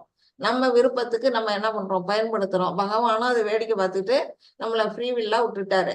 அதைத்தான் இந்த ஸ்லோகத்துல சொல்றாங்க. முக்குணங்களாலான எனது இந்த தெய்வீக சக்தி வெல்லுதற்கரியது. அதை வந்து வெல்றது வந்து, அதை வந்து வெற்றி கொள்வதுங்கிறது ரொம்ப கடினமான காரியம். ஆனால் என்னிடம் சரணடைந்தோர் இதில் எளிதில் கடக்கலாம். பகவான்கிட்ட போய் நம்ம சரணடைஞ்சிட்டோம்னா அவர் என்ன செய்வாரு, ஒரு நிமிஷத்துல அந்த அந்த தெய்வீக சக்தியான அந்த ஜட இயற்கை ஒரு கட்டளை கொடுப்பாரு, நீ உன்னை விட்டுடு அப்படின்னுட்டு. அவர் சொன்ன மாத்திரத்துல நாமளை வந்து அதுல இருந்து விடுவிச்சிடுறோம். அதைத்தான் வந்து இந்த ஸ்லோகம் மூலமா சொல்லியிருக்கிறாங்க. இந்த 3 குணங்கள்ல இருந்து நம்ம விடுபடணும் அப்படின்னா நம்ம பகவான்கிட்ட சரணடையணுங்கிறது. ஹரே கிருஷ்ணா மாதாஜி. ஹரே கிருஷ்ணா மாதாஜி. நமாம் துஷ்கிருதினோ மூடா பிரபத்யந்தே நராதமாக மாயையா பஹுத ஞானா ஆசுரம் பாவமாஸ்ரிதாக. ஹரே கிருஷ்ணா மாதாஜி. ஹரே கிருஷ்ணா. சற்றும் அறிவற்ற மூடர்களும் மனிதரில் கடல்நிலையோரும் மாயையால் அறிவு கவரப்பட்டவர்களும் அசுரரின் நாத்திகத்தன்மையை ஏற்றவர்களுமான துஷ்டர்கள் என்னிடம் சரணடைவதில்லை. 4 வகையான தீயோர்களை பத்தி சொல்றாரு பகவான். யாரெல்லாம் வந்து என்ன இந்த உலகத்துல 4 விதமான நல்லோர் இருக்காங்க, 4 விதமான தீயோர் இருக்காங்க. இந்த ஏதாவது ஒரு கேட்டகரியில தான் நாமெல்லாமும் இருப்போம். அது என்னன்னு நம்ம படிச்சு நம்மளை நாமளே என்ன செய்யணும், செல்ஃப் ரியலைசேஷன் பண்ணிக்கிட்டோம்னா நம்ம வந்து எந்த கேட்டகரியில இருக்கிறோம் அப்படிங்கிறத நம்மளால புரிஞ்சுக்க முடியும். நிச்சயமா நம்மெல்லாம் வந்து இந்த துஷ்டர்கள்ல இல்ல, நிச்சயமா நல்லோர்கள் பக்கம்தான் இருப்போம். அந்த நல்லோர்கள் 4 வகையில நம்ம எந்த பக்கம் இருக்கோங்கிறதையும் நாம வந்து உணரணும். இதுல என்ன சொல்லியிருக்கிறாங்க, அறிவற்ற மூடர்கள், சுத்தமா அறிவுங்கிறது அறிவே கிடையாது, முட்டாள்கள் அப்படின்னு சொல்றாரு. அடுத்தது மனிதரில் கடைநிலையோர். கடைநிலையோர்னா இப்ப வந்து டாக் ஈட்டிங்னு சொல்லுவாங்க, அதாவது நாயை தின்பவன் சொல்லுவாங்க, சண்டாளர்கள்னு. அதாவது 4 வகை வர்ணம் இருக்கு இல்லையா, அதுக்கும் கீழ்பட்ட வகை சண்டாளர்கள் சொல்லுவாங்க. அந்த மாதிரி ஒரு கடைநிலையோரும் மாயையால் அறிவு கவரப்பட்ட, மாயையால் அறிவுனா அவங்களுக்கு அறிவு இருக்கும், ஆனா அவங்க என்ன செய்வாங்க, இந்த மாயையினால வந்து அவங்க வந்து என்ன அறிவை இழந்துருவாங்க. அப்படிப்பட்டவர்களும் அசுரரின் நாத்திகத்தன்மையற்றவர்கள், அதாவது இவங்க வந்து ஏத்திஸ்ட், நாத்திகர்கள். இவங்க 4 பேரும் என்ன செய்வாங்க, என்ன வந்து சரணடைய மாட்டாங்க அப்படின்னு பகவான் சொல்றாரு. அதுக்கு வந்து உதாரணமும் இங்க இருக்கு. இந்த ஸ்லோகம் இங்க வந்துட்டு இததான் தேடணும் மாதாஜி, இது சொல்லுங்க. ஹரே கிருஷ்ண மாதாஜி. ஹரே கிருஷ்ணா. ரசோ அப்சு கௌந்தேய பிரபாஸ்மி சசிசூர்யயோ பிரணவ சர்வ வேதேஷு சப்தகே பௌருஷம் ருஷு. ஹரே கிருஷ்ண மாதாஜி. ஹரே கிருஷ்ணா மாதாஜி. குந்தியின் மகனே, நானே நீரின் சுவையும் சூரிய சந்திரர்களின் ஒளியும் வேத மந்திரங்களின் பிரணவ ஒளியுமாக ஓம் இருக்கின்றேன். ஆகாயத்தில் சப்தமாகவும் மனிதரில் திறமையாகவும் இருப்பது நானே அப்படின்னு பகவான் சொல்றாரு.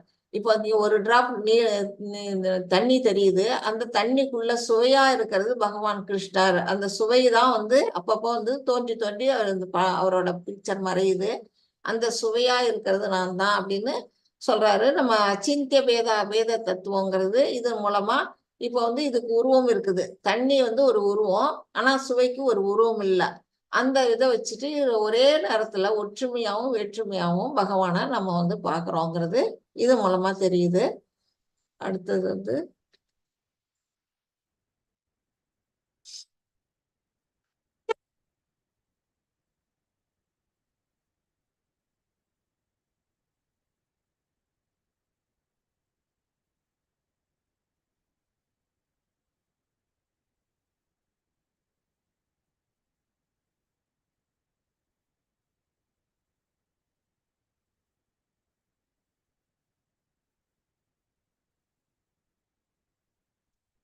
இப்ப வந்து 4 வகையான தீயோர்களை பார்த்தோம் இல்லையா? அதோட விளக்கம் தான் இங்க கொடுத்திருக்கிறாங்க. துஷ்குருதினோ அப்படின்னா யாரு? நாத்திகர்கள்.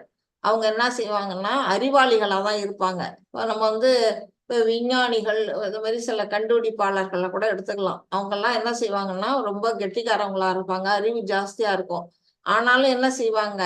மாயையில சிக்கிக்கிட்டதுனால பகவானை பற்றிய ஞானம் அவங்களுக்கு இருக்காது. அந்த பௌதீக உலகத்து சம்பந்தமா அவங்களுக்கு அறிவு நிறைய இருக்கும். நிறைய கண்டுபிடிப்பெல்லாம் கண்டுபிடிப்பாங்க. ஆனா பகவான் அந்த இறைவன்கிறது ஒண்ணு இருக்குங்கிறத அவங்க உணரவே மாட்டாங்க. நான் தான் கடவுள் அப்படின்னு நினைச்சுக்குவாங்க. அந்த மாதிரி இருக்கிறவங்க என்ன செய்வாங்கன்னா நாத்திகர்கள். பகவானே இல்ல, அவரு பகவான்னு ஒண்ணு கிடையாது. இந்த உலகம் வந்து உலகம்தான் நிரந்தரம். கண்ணால பாக்குறது மட்டுமே அவங்க வந்து என்ன செய்வாங்க? நம்புவாங்க. அப்படிப்பட்ட மாயையில சிக்கிட்டவங்க நாத்திகர்கள் வந்து ஆஹ் இது பகவானை சரணடைய மாட்டாங்கன்னு சொல்லப்பட்டிருக்கு. அடுத்தது வந்து இங்க ஒரு கழுதை என்ன செய்யுது? இவ்வளவு பெரிய சுமையை சுமக்குது. இந்த வண்டியில வந்து அளவுக்கு மீறிய சுமை. அந்த சுமையை வந்து இந்த கழுதை எதுக்கு சுமக்குது? ஒரு புல்கட்டு கிடைக்கிறதுக்காக இந்த கழுதை வந்து என்ன செய்யுது? கடினமா உழைக்குதுன்னு சொல்றாங்க. முட்டாள்தனம். அதாவது ஆன்மீக வாழ்க்கைக்கு நேரம் இல்லாமல் பொருளீட்ட மிகவும் கடினமாக உழைக்க வேண்டியது. அதை யார சொல்றாங்க? நம்மளதான் சொல்றாங்க. நாம என்ன செய்வோம்? நமக்கு சாமி கும்பிடுவோம்னா நேரம் இல்லம்போம்.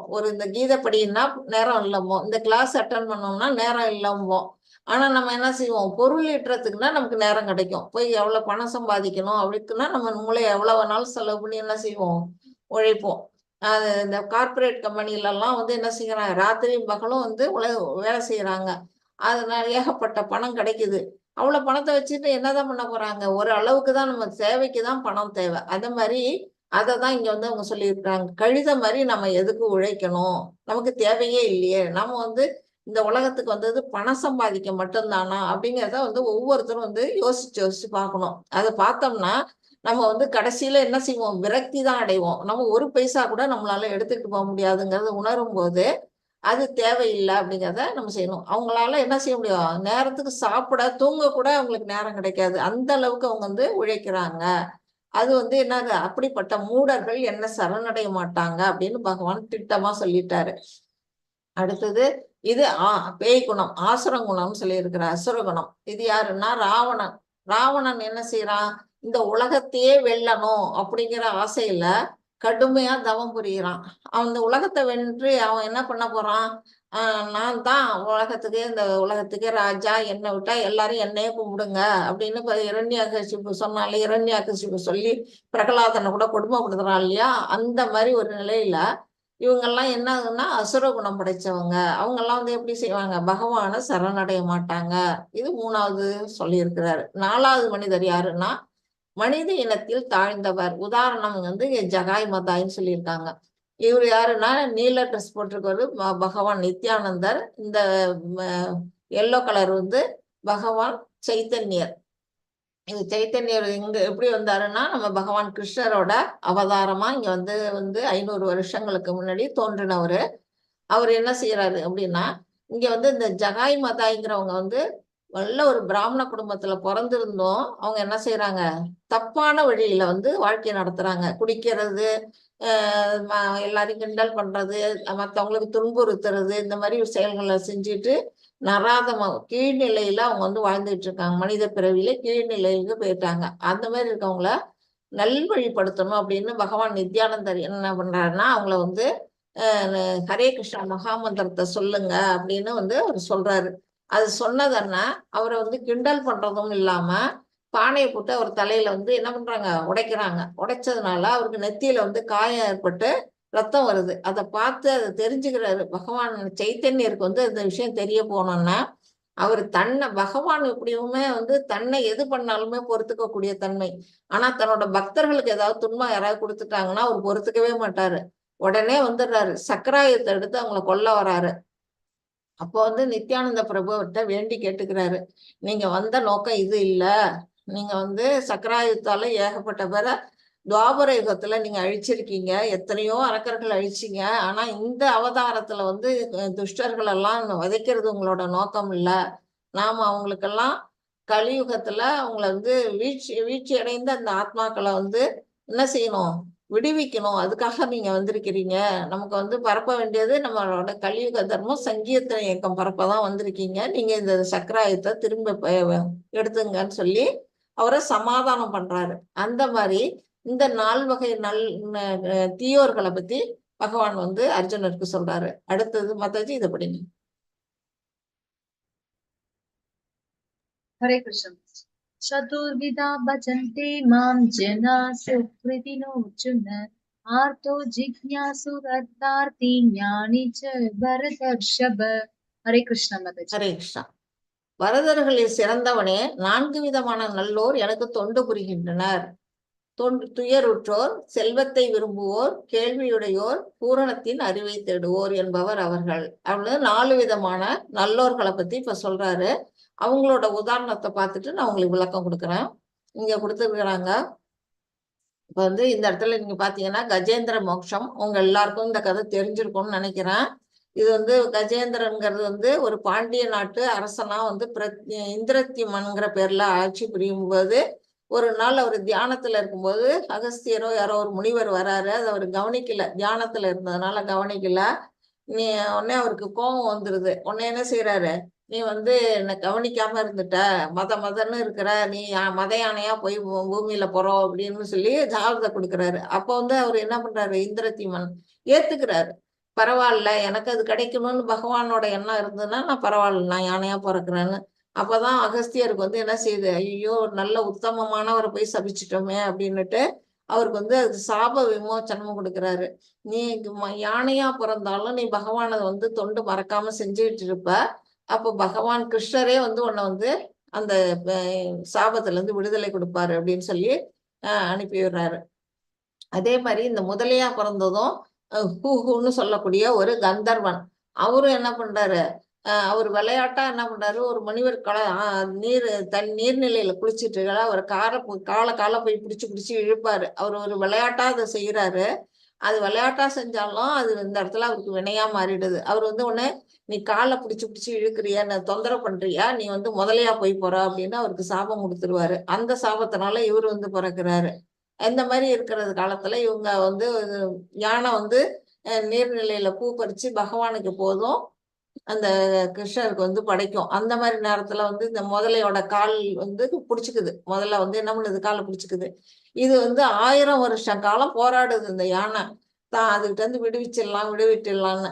ஆனா விடுபட முடியாம உடல் வந்து உள்ளுக்குள்ள போக ஆரம்பிச்சோம்னாதான் அது என்ன செய்யுது, குரல் கொடுக்குது, ஆதி மூலமே அப்படின்னு கூப்பிடுது. கூப்பிட்டோன்னா பகவான் வந்து கருட வாகனத்துல பறந்து வந்து இதை வந்து 2 பேருக்கும் மோட்சத்தை கொடுக்குறாரு. சக்கராயுதத்தால முதலைய கொன்னுட்டு 2 பேருக்குமே என்ன செய்யறாரு, விமோச்சனம் கொடுக்குறாரு. இது வந்து துயருற்ற அந்த நிலைக்கு வந்து உதாரணமா கொடுத்துருக்குறாங்க. 4 வகை நல்லோர்கள்ல துயருற்றங்கள், இது துயரத்துல இருக்கு இல்லையா, விடுவிக்கும் போது அவர் பகவானை கூப்பிட்டோம்னா வந்துடுறாரு. அடுத்தது இதுவும் அதேதான், இதுவும் துயருற்ற நிலைதான். திரௌபதி வஸ்திராபரணம் உங்க எல்லாருக்குமே தெரிஞ்சிருக்கும். துச்சாதனன் வந்து துரியோதனும் துச்சாதனனும் திரௌபதியை வந்து சபையில வந்து மானபங்கப்படுத்துவாங்க. அப்போ வந்து திரௌபதி என்ன பண்ணுவாங்க, தன்னைத்தானே காப்பாத்திக்கிறதுக்கு தன் கையை வச்சு மூடிக்குவாங்க. சபையில இருக்கிறவங்க எல்லாம் உதவிக்கு கூப்பிடுவாங்க, பகவானை மறந்துடுவாங்க. அந்த மாதிரி அவங்க செய்யற வரையிலும் பகவான் வரமாட்டாரு. கடைசியா எப்ப வந்து அவங்க வந்து என்ன செய்வாங்க, கோவிந்தா கோவிந்தான்னு அவரை கூப்பிட்ட அடுத்த நிமிஷம் அவர் அவரு புடவையா வராரு. அவரே தான் வராரு. புடவையா இருக்கிறது பூரா வந்து அவருக்கு கையில இருந்தெல்லாம் கொடுக்கல, புடவையா அவரே வராரு. வந்து என்ன பண்றாரு, அவங்களோட மானத்தை காவந்து பண்றாரு. அப்பவும் அவங்க துயருற்ற நிலையில பகவான சரண்டர் அடையறாங்க. சரண்டர் ஆன அடுத்த நிமிஷம் அவர் வந்து உதவி பண்றாரு.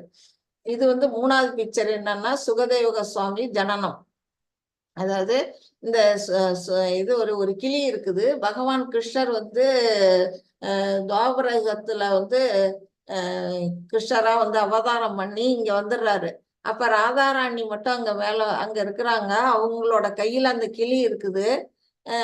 அப்போ வந்து கிருஷ்ணரை பார்க்க முடியலன்னு அந்த கிளி வருத்தப்படும் போது ராதாராணி சொல்றாங்க, நீ போ கைலாயத்துக்கு போய் அங்க இது பகவான் சிவன் வந்து தன்னோட மனைவி உமாவுக்கு வந்து கதையை சொல்லிட்டு இருப்பாங்க, பாகவத கதை சொல்லுவாங்க, நீ அதை போய் கேளு அப்படின்னு சொன்னு அனுப்பி விட்டுறாங்க. அது அங்க போய் கேட்டுக்கிட்டு இருக்குது.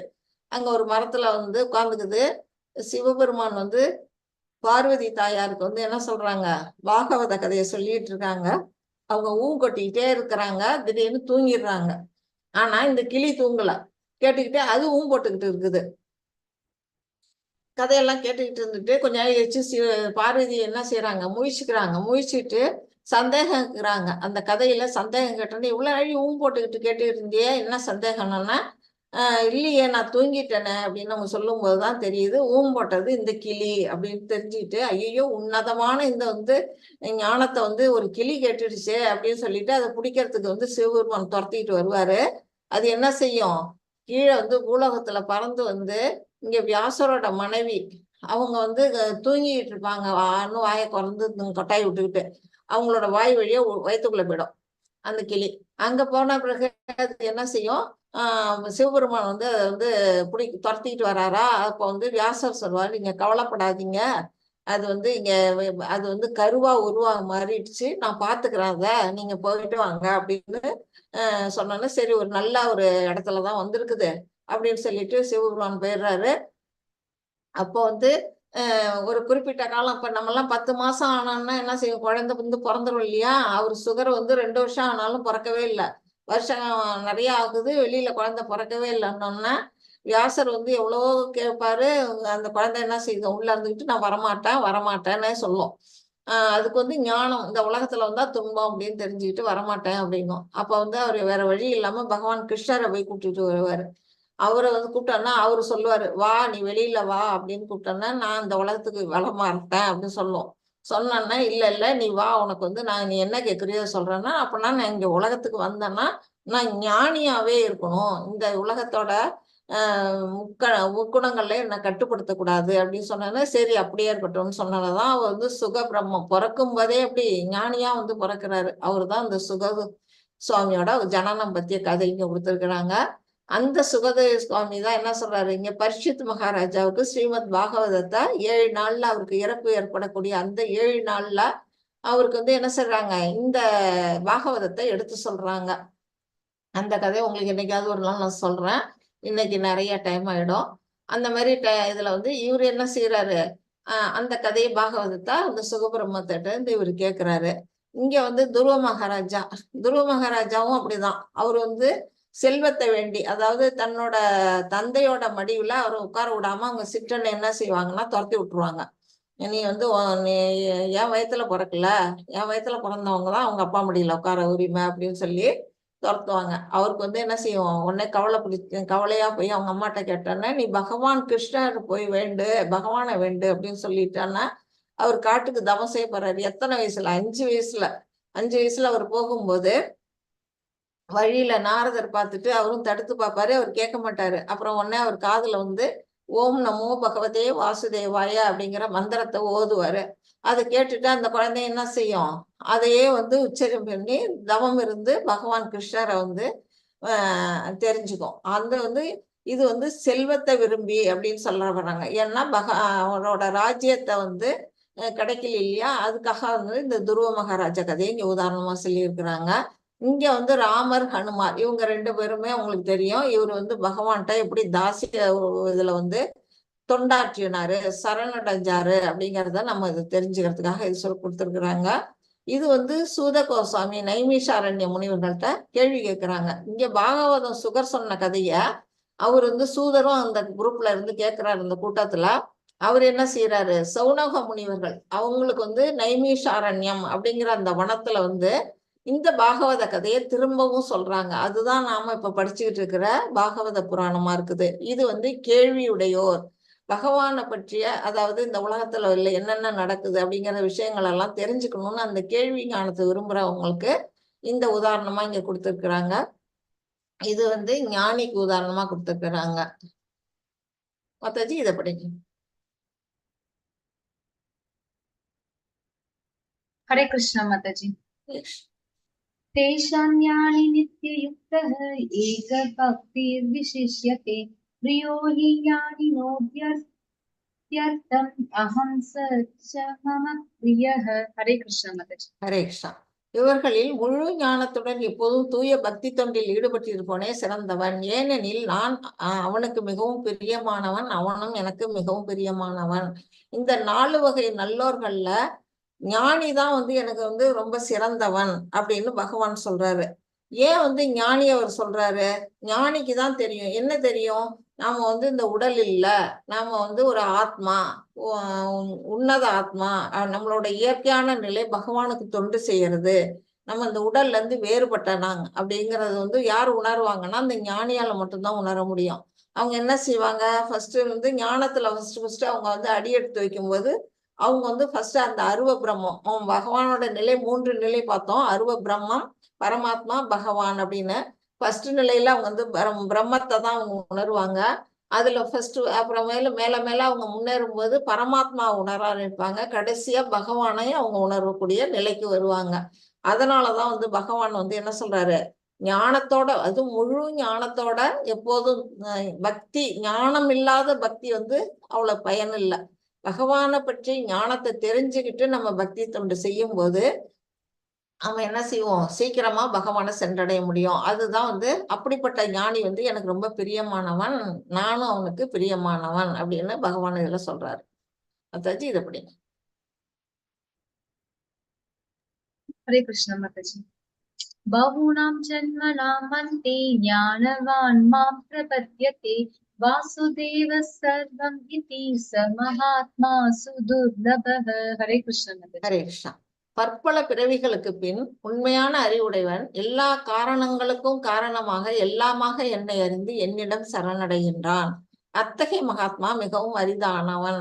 இதுல சொல்லிட்டாங்க, பகுனாம் ஜன்மனாம் அந்தே, பல பிறவிகள் எடுக்கணும். அந்த மாதிரி பல பிறவிகள், ஆயிரக்கணக்கான பிறவிகள் எடுத்த பிற்பாடு நம்ம 84 லட்சம் வகையான உயிர்வாழிகள்ல நம்ம வந்து நிறைய எல்லா விதமான உயிர்வாழிகளும் பிறந்து பிறந்து இறந்து இறந்து புனரவி ஜனனம் புனரவி மரணம்னு நம்ம என்ன செய்யறோம்? பிறந்து பிறந்து இழைத்து இழைத்து நம்ம வந்து ஏற்றம் பெற்று இன்னைக்கு வந்து மனுஷ பிறவி நம்ம வந்திருக்கிறோம்.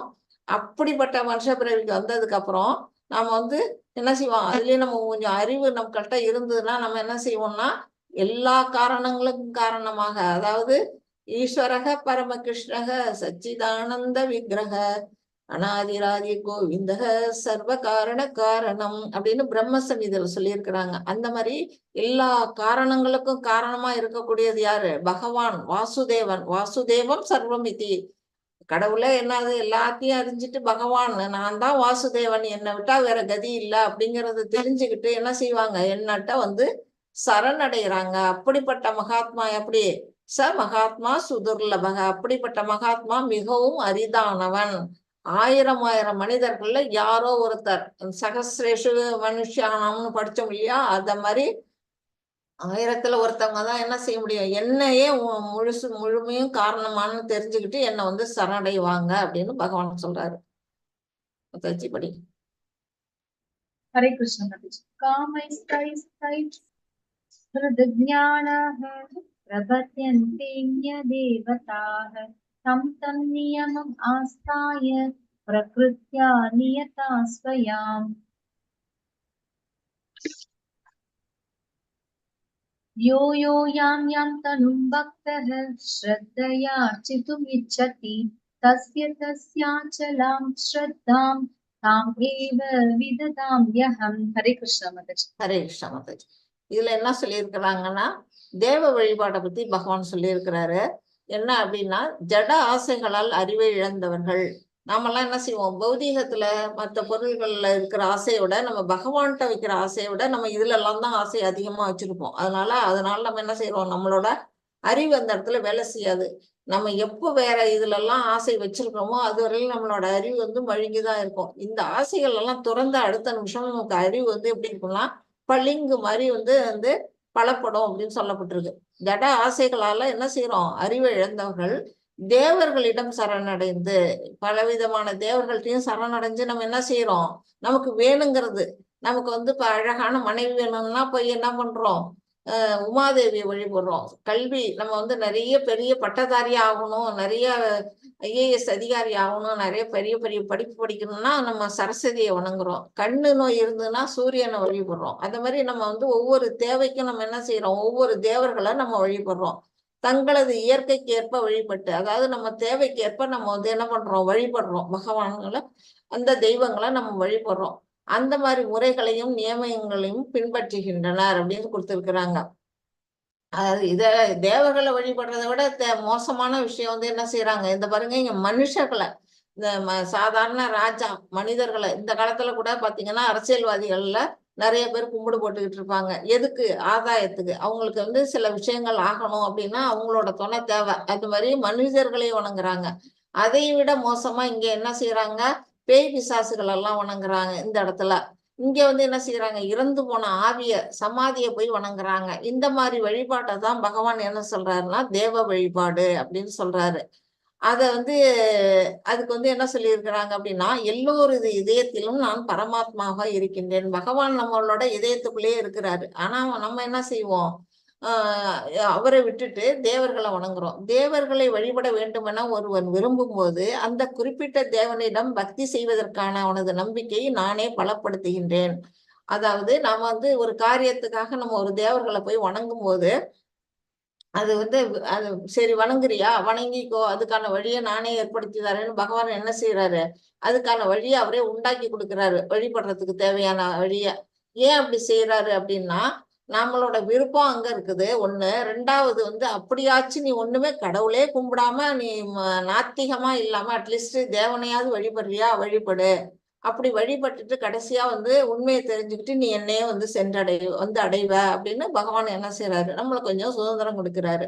இது எப்படின்னா, நம்ம வந்து சாப்பிடும்போது நம்ம உணவு வந்து வயிற்றுக்கு தான் வேணும். ஆனா நம்ம வயிற்றுக்கு நேரடியா உணவு போட முடியுமா? வாய் வழியா தானே போட்டாகணும். அந்த வாய் வழியா நம்ம சாப்பிடுறது வந்து வயிற்றுக்கு போய் நம்ம உடல்ல இருக்க அந்த அத்தனை அங்கங்களும் என்ன செய்யுது, புத்துணர்ச்சி அடையுது. அது மாதிரிதான் நம்ம பகவானை வணங்கினோம்னா பகவானுக்குள்ள அடக்கமா இருக்கிற அத்தனை தேவர்களும் வந்து என்ன செய்வாங்க, நமக்கு வேண்டிய பலன்களை கொடுப்பாங்க. அதை வந்து நம்ம புரிஞ்சுக்கணும். ஒரு வயிற்றுக்கு உணவிடுதலும் ஒரு மரத்துக்கு தண்ணீர்ன்றதும் வந்து ஒரு ஒற்றுமையா இங்க உதாரணமா இங்க கொடுக்கப்பட்டிருக்கு. அது மாதிரி நாம என்ன செய்யணும்னா பகவானை வணங்கணும்.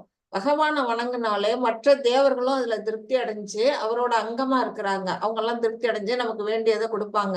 அது மட்டும் இல்லாம ஒரு ஆபீஸ்ல வந்து ஒரு அதிகாரி இருக்கிறாருன்னா அவருக்கு கீழே வந்து நிறைய பேர் இருப்பாங்க. ஒரு காரியதரிசி, ஒரு மன்னனுக்கு ஒரு காரியதரிசி இருக்க மாதிரி, ஒரு கார்பரேட் கம்பெனில நிறைய அதிகாரிகள் இருக்கிற மாதிரி பகவானுக்கு கீழே தான் இந்த தேவர்கள்லாம் இங்க என்ன செய்யறாங்க, ஒர்க் பண்ணிட்டு இருக்கிறாங்க. அவரு படைச்சு இது இந்த வேலையை செய்யணும் அவங்களுக்கு பொறுப்பை கொடுத்துருக்கிறாரு. அதுபடி அவங்க செஞ்சுட்டு இருக்கிறாங்க. அப்படிங்கும்போது நம்ம வந்து நேரடியா பகவானை வணங்காம ஏன் கீழே இருக்க அந்த வந்து காரியதரிசி மூலமா நம்ம போய் வணங்கி நம்ம சின்ன சின்ன விஷயங்களை நம்ம வந்து பலனடையணும். நேரடியா பகவானை சென்று அடைஞ்சு வணங்க வேண்டியதுதானே நம்மளோட முறை. அதை நம்ம வந்து புரிஞ்சுக்காம நாம என்ன செய்யறோம், தவறான வழியில நம்ம வழிபாடு பண்றோம். அது பண்ணாலும் கூட பரவாயில்லன்னு பகவான் நமக்கு வந்து ஒரு ஃப்ரீடம் கொடுத்திருக்கிறாரு. அதாச்சு இதை படிங்க. हरे कृष्ण माताजी।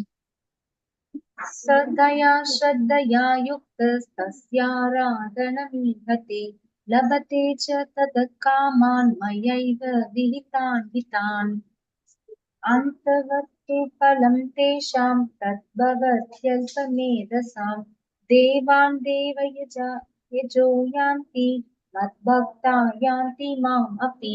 हरे कृष्ण माताजी। हरे कृष्णा। இத்தகைய நம்பிக்கையுடன் இணைந்து அவன் ஒரு குறிப்பிட்ட தேவரை வழிபட்டு தனது ஆசைகளை பூர்த்தி செய்ய முயற்சி செய்கிறான். ஆனால் உண்மையில் இந்த நன்மைகள் எல்லாம் என்னால் மட்டுமே அளிக்கப்படவையாகும். அதாவது பகவான் வந்து இந்த செயலை வந்து இந்த பலனை கொடு அப்படின்னு தேவர்களுக்கு வந்து அந்த இதை கட்டளை கொடுத்தாதான் அவங்க செய்வாங்க. நமக்கு வந்து வேண்டிய பலனை வந்து நேரடியா கிடைக்கல. நம்ம இன்டைரக்டா என்ன பண்றோம், தேவர்கள் மூலமா பலன் அடைகிறோம். டைரக்டா பகவான் மூலமா நம்ம அடைஞ்சுக்கணும். அதுதான் வந்து இங்க தேவ வழிபாட்டை பத்தி அவர் சொல்லியிருக்கிறாங்க. அவரோட கட்டளைக்கு அடிபணிஞ்சு அவங்க செய்யறாங்க. ஒரு வருணன் ஆகட்டும் மழைக்கு பெய்யறதுக்கு, இல்ல ஒரு சூரியன் ஆகட்டும் ஒளியை கொடுக்கறதுக்கு பகவானோட கட்டளையின் பேர்ல தான் வந்து அவங்க என்ன செய்யறாங்க. சூரிய சந்திரர்கள் வந்து பகவானோட கண்ணு மாதிரி இருக்கிறாங்க. அது மாதிரி அவரோட கட்டளைக்கு கீழே தான் வந்து அதெல்லாம் நடைபெறுது அப்படிங்கிறத நம்ம வந்து தெரிஞ்சுக்கணும். இந்த நன்மையெல்லாம் நமக்கு கிடைக்குதுனாலும் தேவர்கள்லாம் பகவானுக்கு கீழ்பட்டு இருக்கிறாங்க. நம்மளை விட உயர்ந்த நிலையில அவங்க இருக்கிறாங்களே, அவங்களும் ஒரு உயிர்வாழி தான். அவங்களுக்கும் வந்து என்ன செய்யும், பிறப்பும் இறப்பும் நடக்குது அப்படிங்கிறத நம்ம முதல்ல புரிஞ்சுக்கணும். இந்த பிறப்பு இறப்பு இல்லாத ஒரே உன்னதமானவர் யாருன்னா பகவான் கிருஷ்ணர் மட்டும்தான் அப்படிங்கிறத நம்ம இது மூலமா தெரிஞ்சுக்கிறோம். தேவர்களை வழிபடும் சிற்றறிவு படைத்த மக்களது பலன்கள் தற்காலிகமானதும் ஒரு எல்லைக்குட்பட்டதும் ஆகும்னு சொல்றாரு.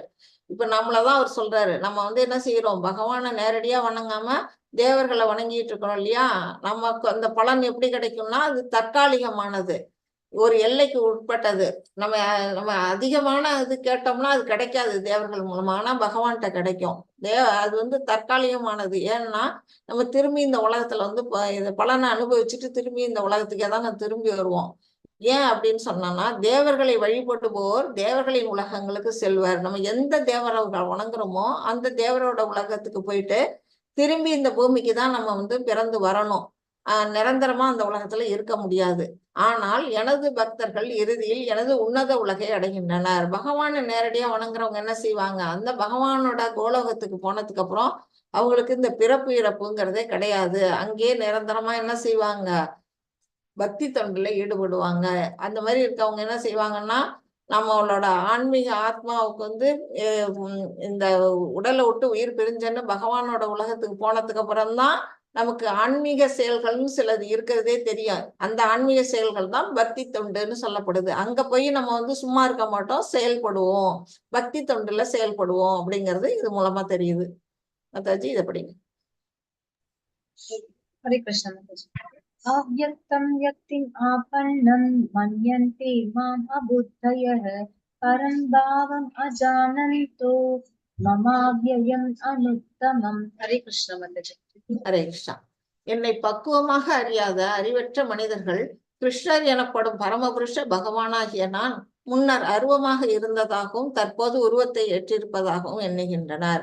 பகவான் கிருஷ்ணர் வந்து துவாபர யுகத்துல கிருஷ்ணரா வந்து தேவகி வசுதேவருக்கு மகனா பிறந்தப்ப அவரை வந்து நிறைய பேரால பகவான் அப்படிங்கிறத புரிஞ்சுக்கவே முடியல. எல்லாரும் என்ன செய்யறாங்க, அவங்க வந்து கோகுலத்து கிருஷ்ணன் வந்து ஒரு விளையாட்டு பிள்ளை, வெண்ண திருடுறவன், ஆடு மாடு மேய்க்கவோட இடைக்குல சிறுவன், அப்புறம் மதுராவோட இளவரசன், சாதாரண ஒரு மனிதன் அப்படின்னு தான் அவங்க எல்லாம் நினைச்சாங்க. அதுதான் வந்து என்ன செய்யறாங்க, 9.11 இது 9th சாப்டர்ல 11வது ஸ்லோகத்துல வரும், அவஜானந்தி மாமூடா அப்படின்னு சொல்லுவாங்க. அவங்க என்ன செய்வாங்க, மூடர்கள் என்ன செய்யறாங்க, அவரை பகவான், அவருக்கு எல்லா சக்தியும் அவர்கிட்ட இருக்குது, அவருதான் இந்த கடவுள், இந்த பிரபஞ்சத்தை படைச்சவருங்கிறது யாராலையும் புரிஞ்சுக்க முடியல அப்படிங்கிறது தான் இங்க சொல்லியிருக்கிறாங்க. அவரது சிற்றறிவினால் அழிவற்றதும் மிக உயர்ந்ததுமான எனது பரம இயற்கை பற்றி அவர்கள் அறியார். அவங்களோட சிற்றறிவு, அது மூளை இல்லாத காரணத்தினால அவங்க என்ன செய்யறாங்க, அவருக்கு வந்து அழிவே கிடையாது. அவர் வந்து அன்னைக்கும் இருந்தாரு, நாளைக்கும் இருப்பாரு, இன்னைக்கும் இருக்கிறாரு. அப்படிப்பட்ட தன்மையில இருக்கக்கூடிய நம்ம ஜீவன்களும் அப்படிதான். நமக்கும் வந்து அழிவு கிடையாது, நித்தியமானதுதான். ஆனா அவரோட அளவுக்கு நமக்கு சக்தி கிடையாது. நாம மறந்துடுவோம், அவருக்கு மறதிங்கிறது கிடையாது. அப்படிப்பட்ட உன்னதமானவர் அவரு, அவரோட மிக உயர்ந்தவர். அதுதான் அவரோட பரம இயற்கையை பற்றி யார் அறிய மாட்டாங்க, சிற்றறிவு படைத்தவர்களால அறிய மாட்டாங்க. இப்போ வந்து இதுலயே வந்து மகாபாரத கதையிலேயே வந்து பீஷ்மருக்கு தெரியும், விதுரருக்கு தெரியும், அந்த மாதிரி குந்திக்கு தெரியும், அந்த மாதிரி கொஞ்சம் பேருக்கு வந்து தெரியும் பகவான் கிருஷ்ணர் அப்படின்னு. ஆனா நிறைய பேருக்கு தெரியாது. துரியோதனனுக்கு தெரியாது, இது வந்து சிசுபாலனுக்கு தெரியாது.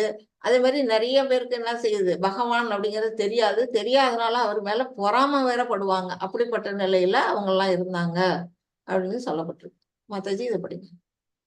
ஹரே கிருஷ்ணா மாதாஜி.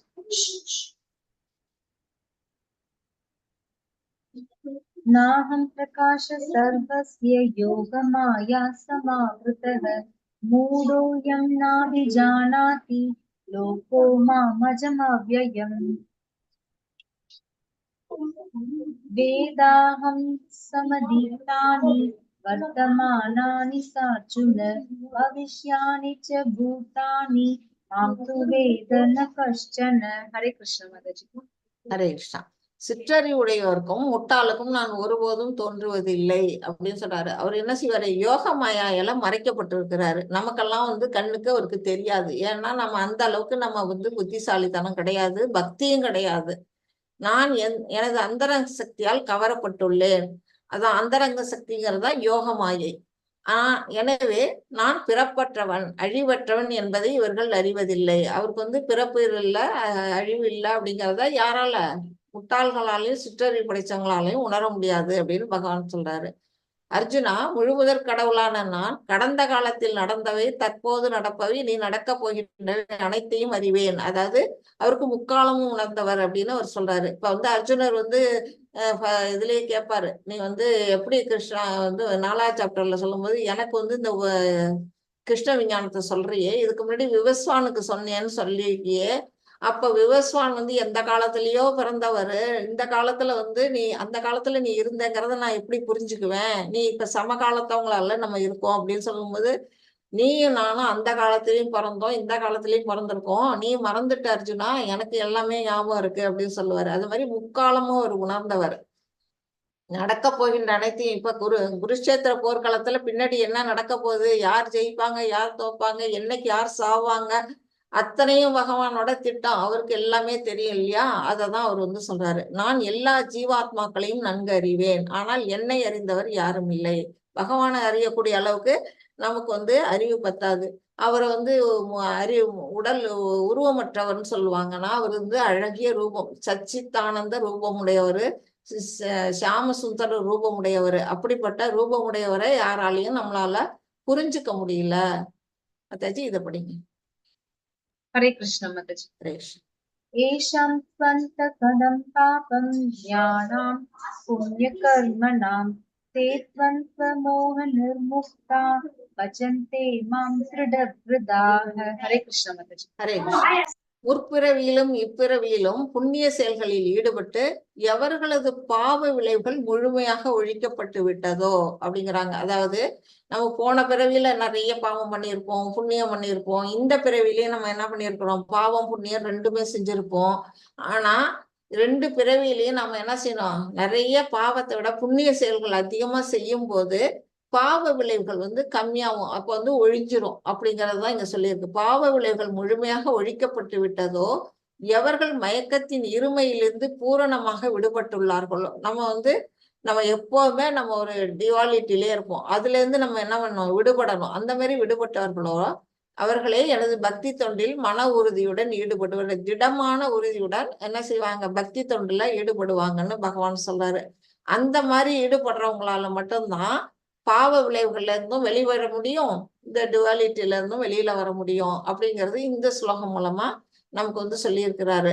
அதுல வந்து இதுல இவங்க என்ன செய்வாங்க அப்படின்னா, இறக்கும் தருவாயில் அந்த கடைசியா அந்த உயிர் விடுற நேரத்திலேயே பகவானை வந்து கிருஷ்ணரை நினைச்சுக்கிட்டே அவங்க வந்து உயிரை விடுவாங்களாம். அதனால அவங்க என்ன செய்வாங்க, கோலோகத்துக்கு சென்றடைவாங்க அப்படின்னு இந்த ஸ்லோகம் மூலமா சொல்லப்பட்டிருக்கு. கடைசி இறக்கு நேரத்துல நமக்கு வந்து வாதம் பித்தம் கபம் அப்படிங்கறதெல்லாம் வந்துரும். குலசேகர ஆழ்வார் அதை தான் பாடி வச்சிருந்தாரு. நான் வந்து இறக்குற நேரத்துல வந்து எனக்கு பித்தம் வாதம் எல்லாம் வந்துருமே, நான் வந்து என்ன செய்வேன், எனக்கு வந்து இப்பவே வந்து ஒண்ணுகிட்ட பாதத்துல வந்து சேர்த்துக்கோ அப்படின்னு அவர் கேட்கிறாரு. அதுக்கு வந்து அந்த மாதிரி கேட்கக்கூடிய நிலையில நாம வந்து அந்த நேரத்துல பகவானை நினைக்கக்கூடிய நிலையில நம்ம உடல் கண்டிஷன் இருக்காது. அதுக்கு என்ன செய்யணும் அப்படின்னா, பிராக்டிஸ் பண்ணணும். இப்பல இருந்தே நம்ம பகவானை சதா சர்வ காலமும் நினைச்சு நினைச்சு பிராக்டிஸ் பண்ணணும்னா நமக்கு அந்த இறக்குற காலத்துல நமக்கு அந்த நினைவு வரும் அப்படின்னு சொல்லப்பட்டிருக்கு. ஏன் வந்து இப்ப வந்து இறக்கக்கூடிய அந்த காலத்தை பத்தி சொல்றாங்க அப்படின்னா, நாளைக்கு நம்ம பார்க்க போறது பகவானோட பரம், அந்த பரத்துக்கு சென்றடைதல், அந்த உயிர்வாழிகள்லாம் பரத்துக்கு எப்படி போகுங்கிறத பத்தி நம்ம 8வது சாப்டர்ல படிக்க போறோம். அதுக்குதான் வந்து பகவான் இந்த ஸ்லோகத்துல கடைசியில அதை பத்தி சொல்லியிருக்கிறாங்க. இப்போ வந்து மாதாஜி நீங்க அத ஷேர் பண்ண முடியுமா உங்களால? பக்தகன் எஸ் மாதாஜி, ஷேர் பண்றேன் மாதாஜி. இப்பவே பண்ணலாமா? மாதாஜி ஒரு வீடியோ ஷேர் பண்ணுவாங்க, அதை நீங்க பாத்தீங்கன்னா நீங்க புரிஞ்சுக்குவீங்க நம்மளோட பிறப்பு இறப்பு பத்தி. அதுக்கு பிறகு நம்ம வந்து நான் சொல்றேன் விளக்கம். இப்ப ஷேர் பண்ணலாமா மாதாஜி? நான் என்னோட ஷேர் வந்து ஸ்டாப் பண்ணிடவா? எஸ் மாதாஜி. ஓகே, நீங்க ஷேர் பண்ணுங்க.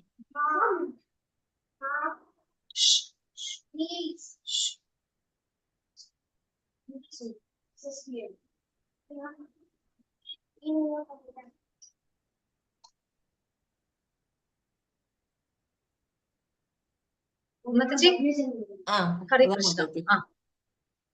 விசிபிளா இருக்குல்ல மாதாஜி? டிஸ்பிளே ஆகல மாதாஜி, ஓபன் பண்ணுங்க.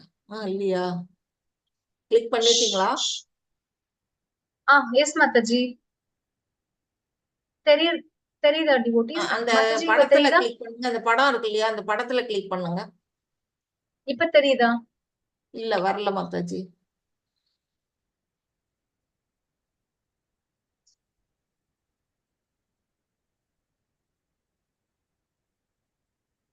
நீங்க ட்ரை பண்ணி பாத்தீங்களா? இப்ப படம் இப்ப எனக்கு ப்ளே ஆகுது மாதாஜி. உங்களுக்கு தெரியலையா அங்க? எங்களுக்கு வரல. மாதாஜி உங்களுக்கு யாருக்காச்சும் வருதா? மாதாஜி வரல மாதாஜி. வரல, சரி. யாருக்குமே ஓகே தெரியல மாதாஜி, மாதாஜி. நான் திரும்ப ட்ரை பண்றேன். நீங்க அதுக்குள்ளே அத எண்டிங் செஷன் எண்ட் ஆகும்போது நான் திரும்ப ட்ரை பண்றேன் மாதாஜி. இல்லாட்டி நான் வேணா ட்ரை பண்ணி பார்க்கவா? ஓகே மாதாஜி. நான் ஓகே. ஸ்டாப் ஷேர் கொடுக்குறேன். ஹரே கிருஷ்ணா. ஹரே கிருஷ்ணா. எனக்கான ப்ளே ஆகுது. ஒரு நிமிஷம் இருங்க, நான் பண்ணி பார்க்குறேன்.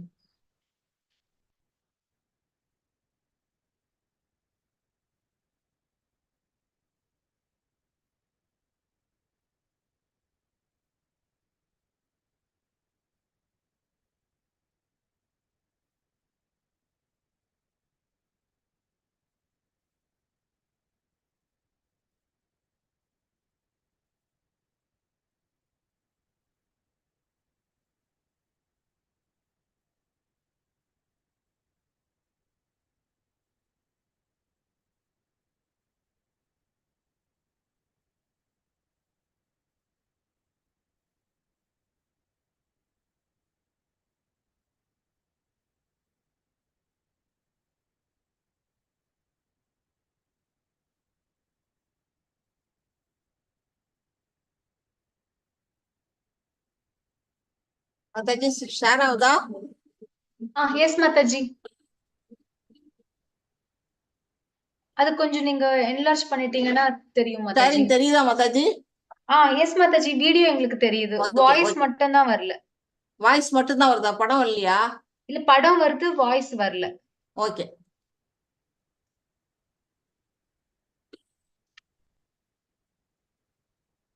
அந்த மாதாஜி, அந்த இடத்துல உங்களுக்கு கீழ அத டச் பண்ணீங்கன்னா அங்க ஒரு என்லார்ஜ் பண்றதுக்கு ஒரு ஐகான் இருக்கும். அத டச் பண்ணீங்கன்னா அத அத பிரஸ் பண்ணுங்க மாதாஜி. அந்த ஸ்கொயர் ஷேப்ல இருக்கே. படம் வருது, ஆனா ஆடியோ கேட்கல மாதாஜி.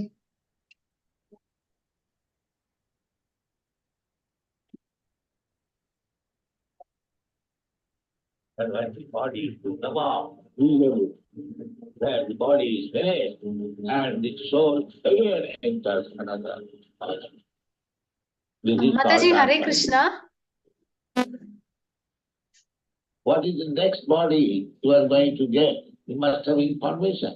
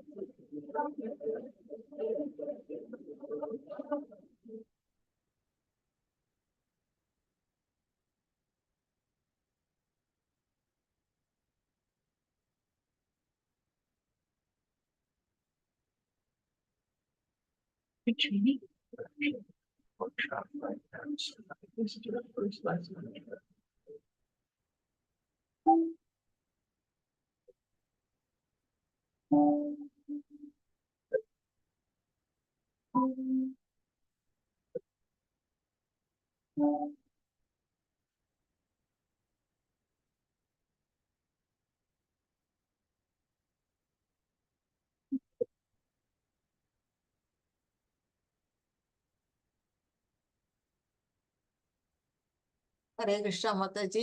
பாத்தீங்களா, எல்லாருக்கும் தெரிஞ்சுதா?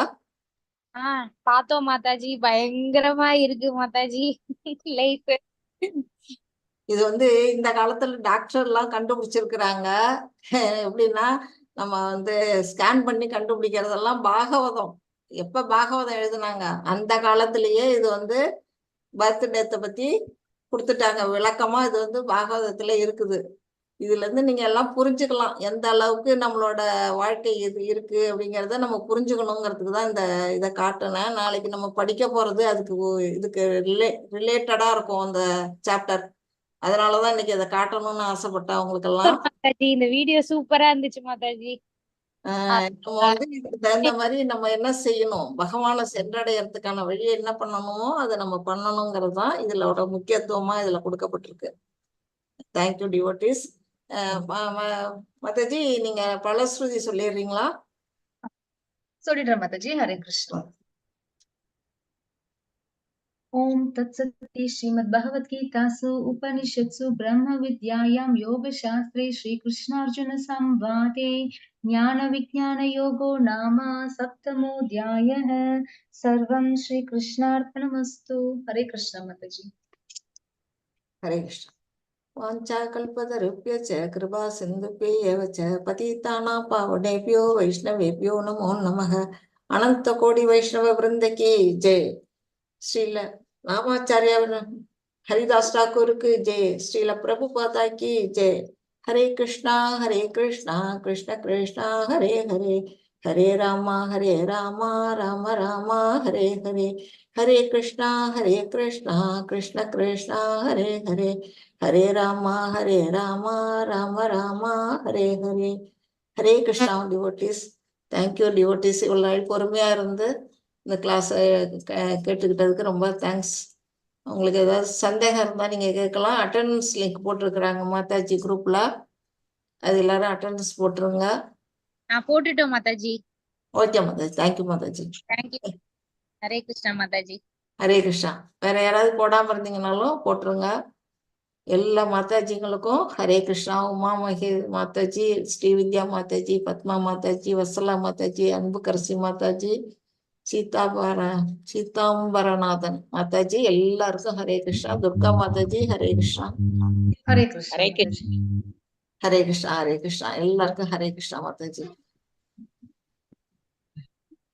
உங்களுக்கு இன்னைக்கு இந்த 7வது சாப்டர் புரிஞ்சிருக்கும்னு நினைக்கிறேன். ஏதாவது டவுட்ஸ் இருந்தாலும் நீங்க கேட்கலாம்.